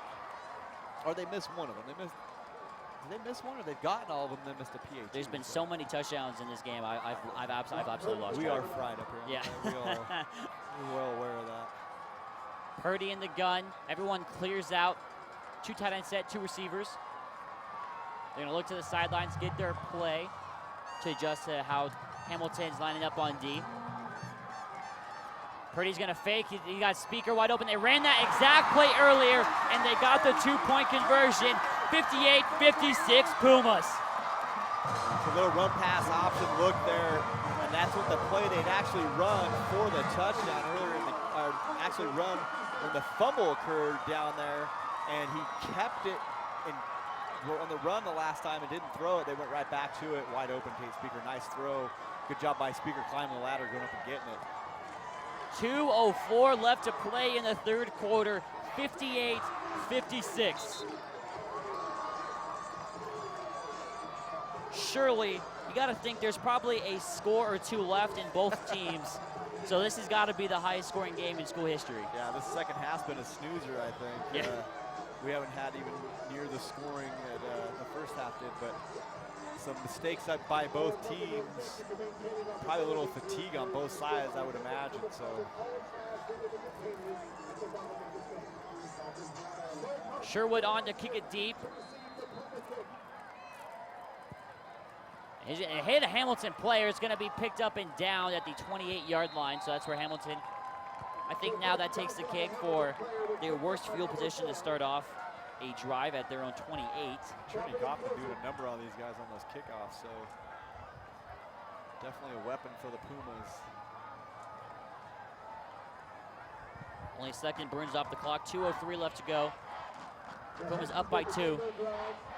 All right, see if Hamilton comes back to that veer look. Kind of got away from it. If I'm Deke shoots, I'm going to run it, but the depth is going to tell me this is a toss or a zone if it's a run. Parson goes in motion. That's where they're going to give it. They're going to give it to Parson on the outside. And he's forced out of bounds. It's going to be a gain of 3 or 4 here on the carry for Parson. Puma's doing a much better job of not allowing anybody to get outside in this third quarter. You can see really forcing cutbacks in the pursuit of this defense that really has to run to the ball. They don't have the size to not pursue with their hair on fire. And so good job by outside edge defenders to keep that from bouncing. Shuck gets the snap, little 3-step. He's going to look to throw pressure. He steps up in the pocket. He's got room to run, and there he goes. Tyler Shuck to the 45, to the 50. He's going to just take a break out of bounds at the 48-yard line, and it's going to be a first down for the Huskies. Evan Eppinger got held there. It was a hold up top. It wasn't called. The guy got spun around. So kind of getting homered at home with some of these calls in this game. The phantom fumble down there when the guy's on his butt, and then we got a jersey that was completely off the guy's shirt down here with no call. So. Nonetheless, 1st and 10, 93 seconds left to go. Hamilton already in plus territory. Stretch. That's exactly going to go right up the gut with Jordan. Jordan met at the line of scrimmage, and he's going to get a single yard on the carry. A little inside zone look there with 2 tight ends, even you out, and then try to find the hole and straight ahead. Huskies just not finding the rhythm here in the second half that they had in the first. Puma defense making great adjustments at halftime. Now you think I don't know about you, but I haven't really seen any evolution to the play call. It's kind of been the same old story, minus the deep balls, which you've seen more of. But it's kind of been the same old story, like the same counters, the same run up the gut. You think Hamilton kind of need to start picking that back up, maybe just kind of adding some layers onto their plays here? I think they only got about 5 plays in the play, but to tell you the truth, there's not a whole lot of variety going on. I mean, we've seen a counter out a couple different formations. We saw a fly sweep. We've seen the veer, the zone, a toss, and then pass play wise, haven't really seen their traditional boot pass that they run a lot of. They really don't run the wing T stuff they've been known for in the last few years, and that might be could be anything from the personnel to not having Bellis on the sideline anymore. That's a big difference as well. So 2nd and 14. The clock is running. We are under 30 seconds left to go, so you'd imagine this is probably barring an incompletion, the last play of the quarter. Show is going to look to his left. He's going to throw deep. One-on-one coverage. Eppinger is there on the coverage. Incomplete again. They're testing Eppinger. Nothing. They're not coming away with nothing so far, Brian. What's the definition of insanity? Yeah, exactly. I mean, they max protect. They throw the ball, the jump ball. Eppinger is one of the better DBs in the East Valley. Not happening. And you keep going to the well and thinking you're going to come up with something, but you're going to have to be a little more creative than this. And right now, I would, at this point in the second half, you'd have to say this Husky defense, our offense is really getting out coached because exactly. Pumas have their number, kind of pretty good idea what's coming. So, except for that 90-yard run, I haven't seen a whole lot out of this offense. Huge play right here. 3rd and 14. 13 seconds left to go. Shuck is going to look to throw, and he's sacked. Brought down by a flurry of Pumas in the backfield. What a huge play. What momentum going into the 4th quarter for the Pumas. Yeah, great job by Beckman again. Gets pressure, makes the huge sack. Huskies going to force the punt. This Puma sideline is hyped up. Coaches are hyped. Stands getting hyped. Pumas going to this 4th quarter with a lead. Pumas owning more than 9 lives right now. So many mistakes they've been able to dig their way out of their own holes that they create. Going into the 4th quarter, the final quarter of this shootout here in Gilbert, Arizona at John Moran Stadium. Our score is Perry 58, Hamilton 56. We'll be back after the 3rd quarter break to bring the 4th quarter of what has been a very exciting football game.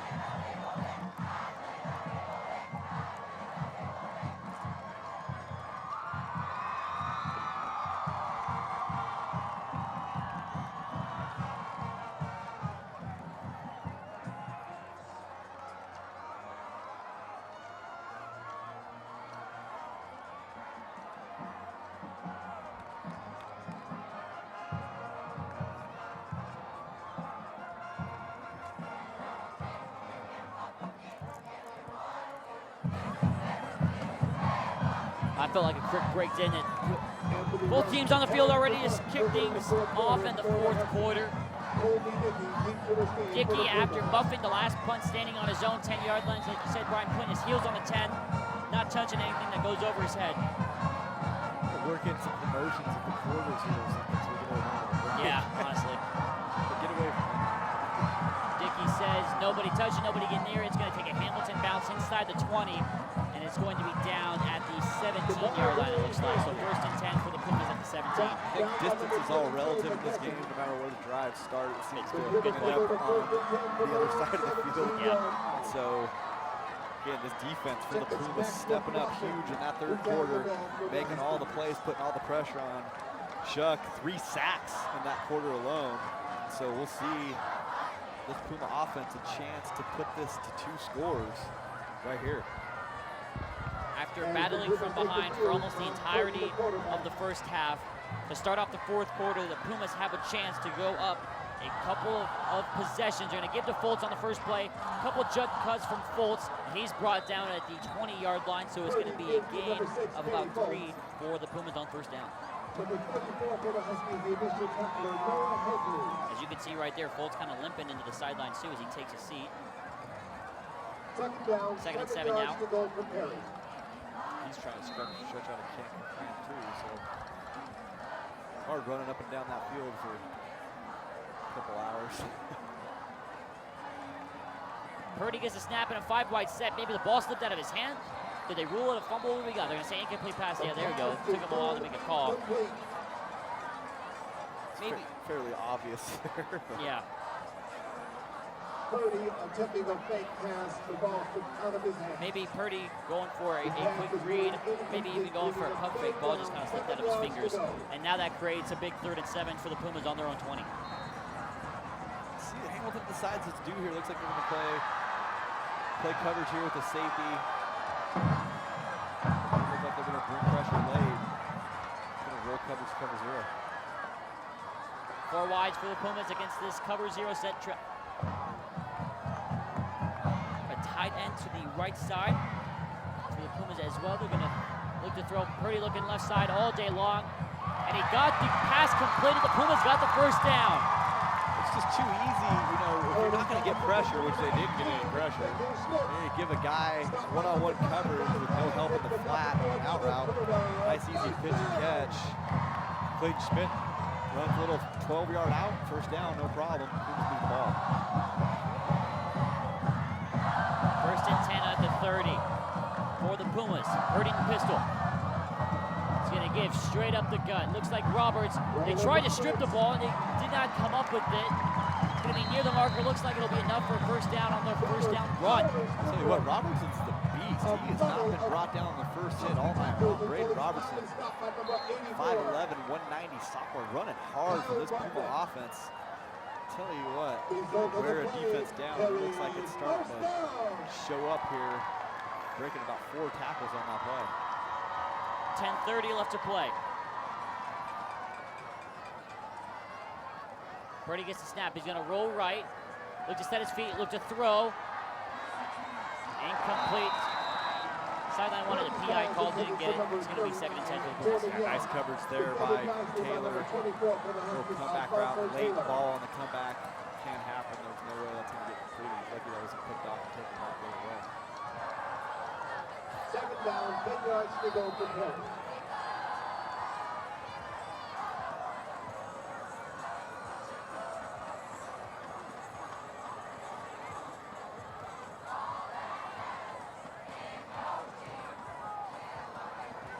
Second and 10.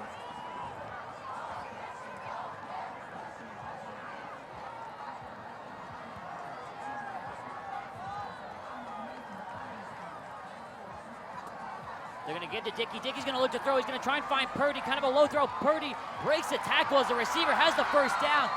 Brock Purdy might be the toughest quarterback in the 6A. I mean, what has he not done tonight? I mean, he's got huge touchdown runs, huge touchdown passes. He's put people on their back on straight arms. He breaks 3 tackles there, turn to throw. Yeah. And that's a well, it looks like they're marking him short. It looks like he has the first down. Yeah. So it'll be 3rd and 1. Purdy in the gun. They're going to give to Roberts. Roberts has got room for a first down. He's got a lot more if he can break a tackle. He does. He's got room to run. Trips over his own feet near the 30-yard line. Could have had a score if he kept going. The Pumas will take it. That was a first down. He is a tough runner. Hard man to bring down. Doesn't break stride a whole lot. Runs through all those arm tackles. Just a sophomore. Purdy gets the snap. He's going to fake it. They're going to throw to Deshane. Deshane's got wide open. Purdy wanted him to go to the end zone. Deshane was running the slants. Overthrow is 2nd down now for the Pumas. Brock got a little too fine with that throw. I'll tell you what, I don't think Clayton Hopper wants anything to do with had to chase him around all night. Not the matchup that you want as a DB. And Shane's kind of had his way with him. There's another one there where he got beat one-on-one, and just a missed opportunity for the Pumas. But the way they've been moving the ball, not too worried about it. Purdy in the gun once more, 4 wide set. He's gonna look to throw when for something. He's gonna throw to his check down. That's Jalen Young on the catch. Gonna be short. He's stopped on forward progress, and it's gonna be 3rd and manageable, 3rd and medium for the Pumas here on This is 4-down territory. We got to figure for the Pumas here anyway. So nice job by Purdy getting some kind of positive yardage on that play. 3rd and 4. As Brian said, 2-down territory here. Kind of sketchy place to want to try a field goal. Not a lot of confidence in my kicker right now. Right. Gonna have flags from all over being thrown. They're gonna get the Pumas on a false start. So the 3rd and 4 now turns into a 3rd and 9. That's right. A 5-yard penalty making it 3rd down, 9 yards to go for the Pumas.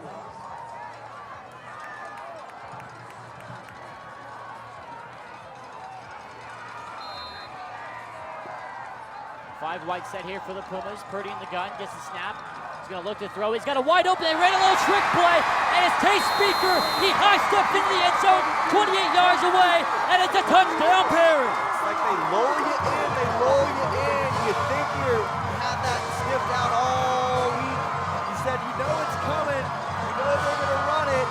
It doesn't matter. Pumas still trick him into it, put him into a tackle position. Tate Speaker running down the middle of the field, nobody covers. They run that all the time. They do run it all the You know, time. every coach in the state says we're going to stop it. We haven't seen anybody stop it yet. Sherwood on for the point after.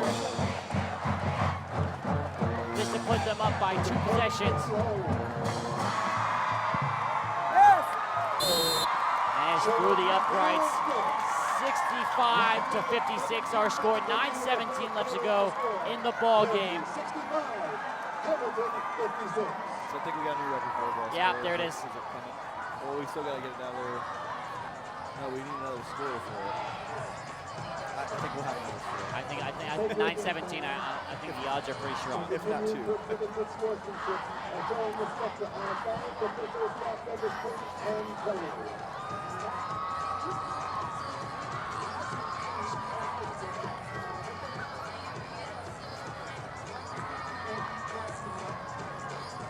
Back and forth, drag it out type of game. A lot of points put up by both sides, obviously, goes without saying. But this is definitely the area where one defensive stop for either team can really go a long way.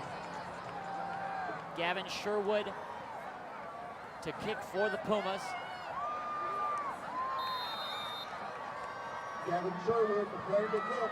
Into the seat. Left no person. Maybe the Hamilton players weren't ready. Nobody there to field it. Bounced at the 5 and rolls into the end zone for a touchback.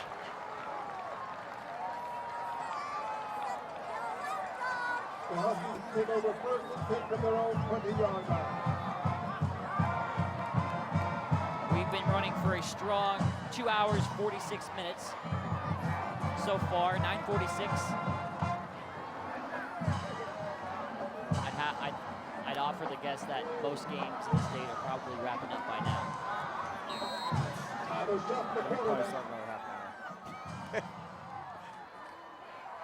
So here come the Huskies, 1st down. They're gonna fake it. Shuck wants to throw deep. He's got a man right down the sideline. That's Lockhart. He catches it in stride, past the 40-yard line. Huge first play for the Huskies, and they're already within striking distance. Although, to be fair, the entire field tonight has been striking distance. Yes, exactly. With plenty of time to throw. Chuck just sits back there, finds his man wide open, running 5 yards behind the defense. Nice play on 1st down by the Huskies to try to get out of that funk that they've been in so far in the 2nd half. That's one of the things that for the Pumas, much easier said than done. But if they're gonna score, you gotta try and kill at least a couple minutes before they do. They're gonna run the draw play to Jordan. Jordan's hit low. He's got about 5 yards though, so a good 1st down run for the Huskies. Yeah, again, nice defense there. It's a tough play to defend when you have success rolling out and Max protecting those things. You kind of just slip it into his gut as you're going by. It's only picking up 5 is a good job by this defense, reacting and forcing that thing to cut back inside and stopping it just for a shortish gain. In this game, I guess 5 yards is a short gain. Yeah. 8:30 and counting. Shuck is going to take a little 2-step drop. He's going to throw to Lockhart. He's got him. And it looks like he's got enough for the first down, and he does. First down, Hamilton looks to be at the 24-yard line. Yeah, it's a little hitch route, one-on-one with the defender. Pumas do a good job making the tackle after the play. So.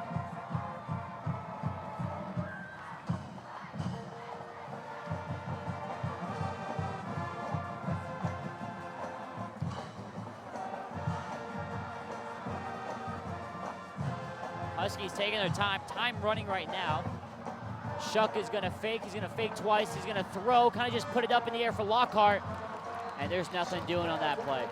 And another max protect, 2-man route only. You gotta think there's something else off of it. Yeah. I mean, you max protect, maybe you leak somebody out late, a little tight end delay to number 4, maybe no way home in the middle of the field, but it's just, it's almost like a chuck and duck on those plays. They haven't had much success. I guess you just keep taking your shots with your big receiver, but that's the lowest percentage play there is that fade. Yeah. You know, it looks pretty when the people complete it, but it really is not a high percentage play. So now on 2nd and 10 with about 8 minutes left to play. Shuck under center. Man in motion. And they're gonna give to Jordan straight up the gut. Breaks free, gets into the secondary. He's trying to get into the secondary.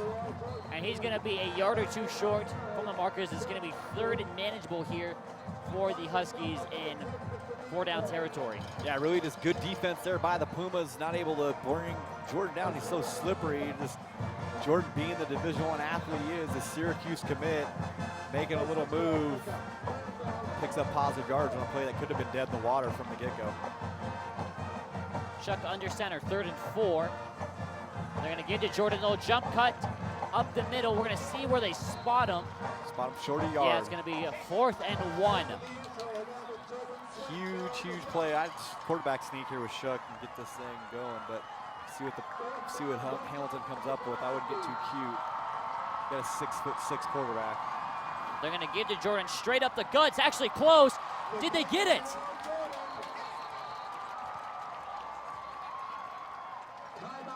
No signal yet from the referee. The referee was kind of zigzagging as he went to go put the spot down. This is going to have to get measured. It's going to be close. It's going to be real close. The Pumas got it. They ruled in the Pumas' favor. They stopped him on 4th and 1, and the ball's going the other way.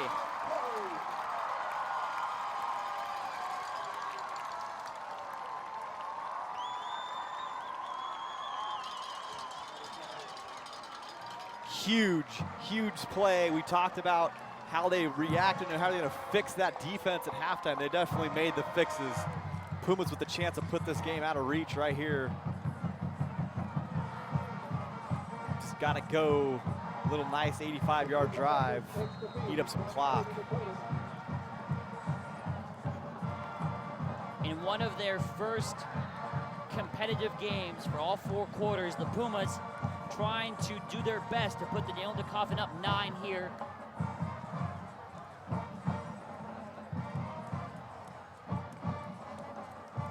Brock gets the snap. He's going to give right up the gut. Nothing doing on this play, however.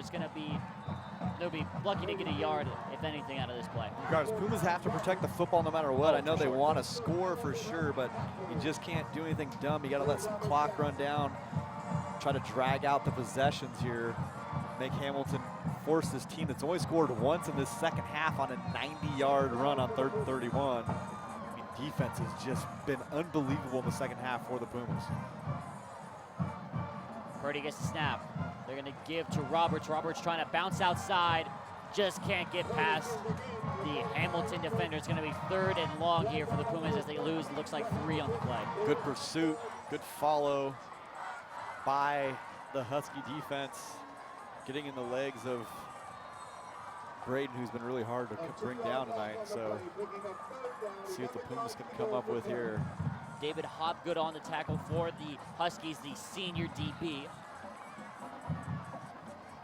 3rd and 11. For a long time, it was all about the Pumas getting off the field. Now, can the Huskies get off the field here on 3rd down? 4 wide set here. Speaker, the tight end, on the right. Cover 0, see if they just take one to Shane. Purdy's looking his way, now has to improvise, almost slipped, throws right side, just past the outstretched hand, and the Pumas go 3 and out.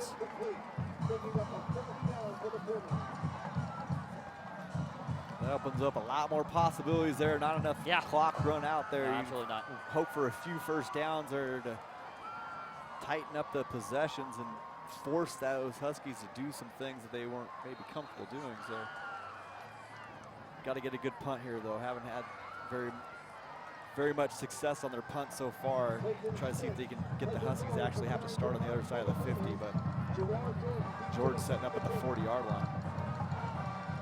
And that is definitely not a guy you want to be giving the ball to. I'd kick it out of bounds. Yeah, I think without question. Well, they've taken him up. What are they doing? They come after him. This is a good punt, too. Jordan at the 40 gets a kind of a neutral bounce, I'd say. Down at, looks to be the 37. Great punt. We talked about having to flip the field there, and he gets it all the way down, make them have to at least do something. Always they have tons of home run hitters out there, obviously, but they brought up like they're going to play pressure. They maybe were expecting a fake. It was a weird little shift there by the Pumas, and Huskies reacted. Didn't put anybody back deep, and that was the best punt we've had all night. Oh, for sure, without question. So again, for the Pumas, they can allow a score, but if you're going to allow the score, try your best to make Hamilton eat up a couple of minutes in the process. Shuck in the gun. He's gonna fake it to Jordan. He's gonna throw over the middle, got his man for a first down just like that. Ball's at the 50-yard line. Bo Parson on the reception.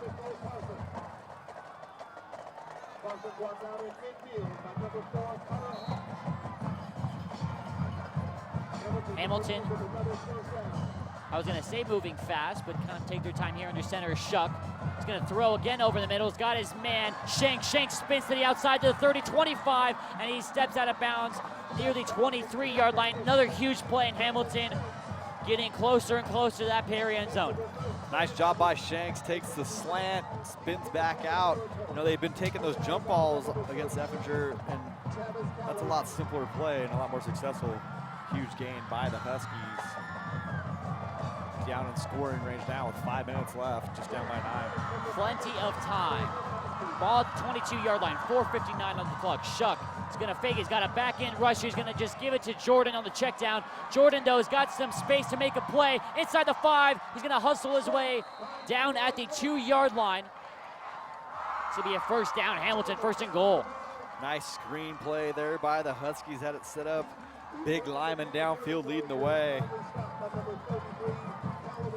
Pumas come up, make a big stop short of the goal line. Again, clock still running here.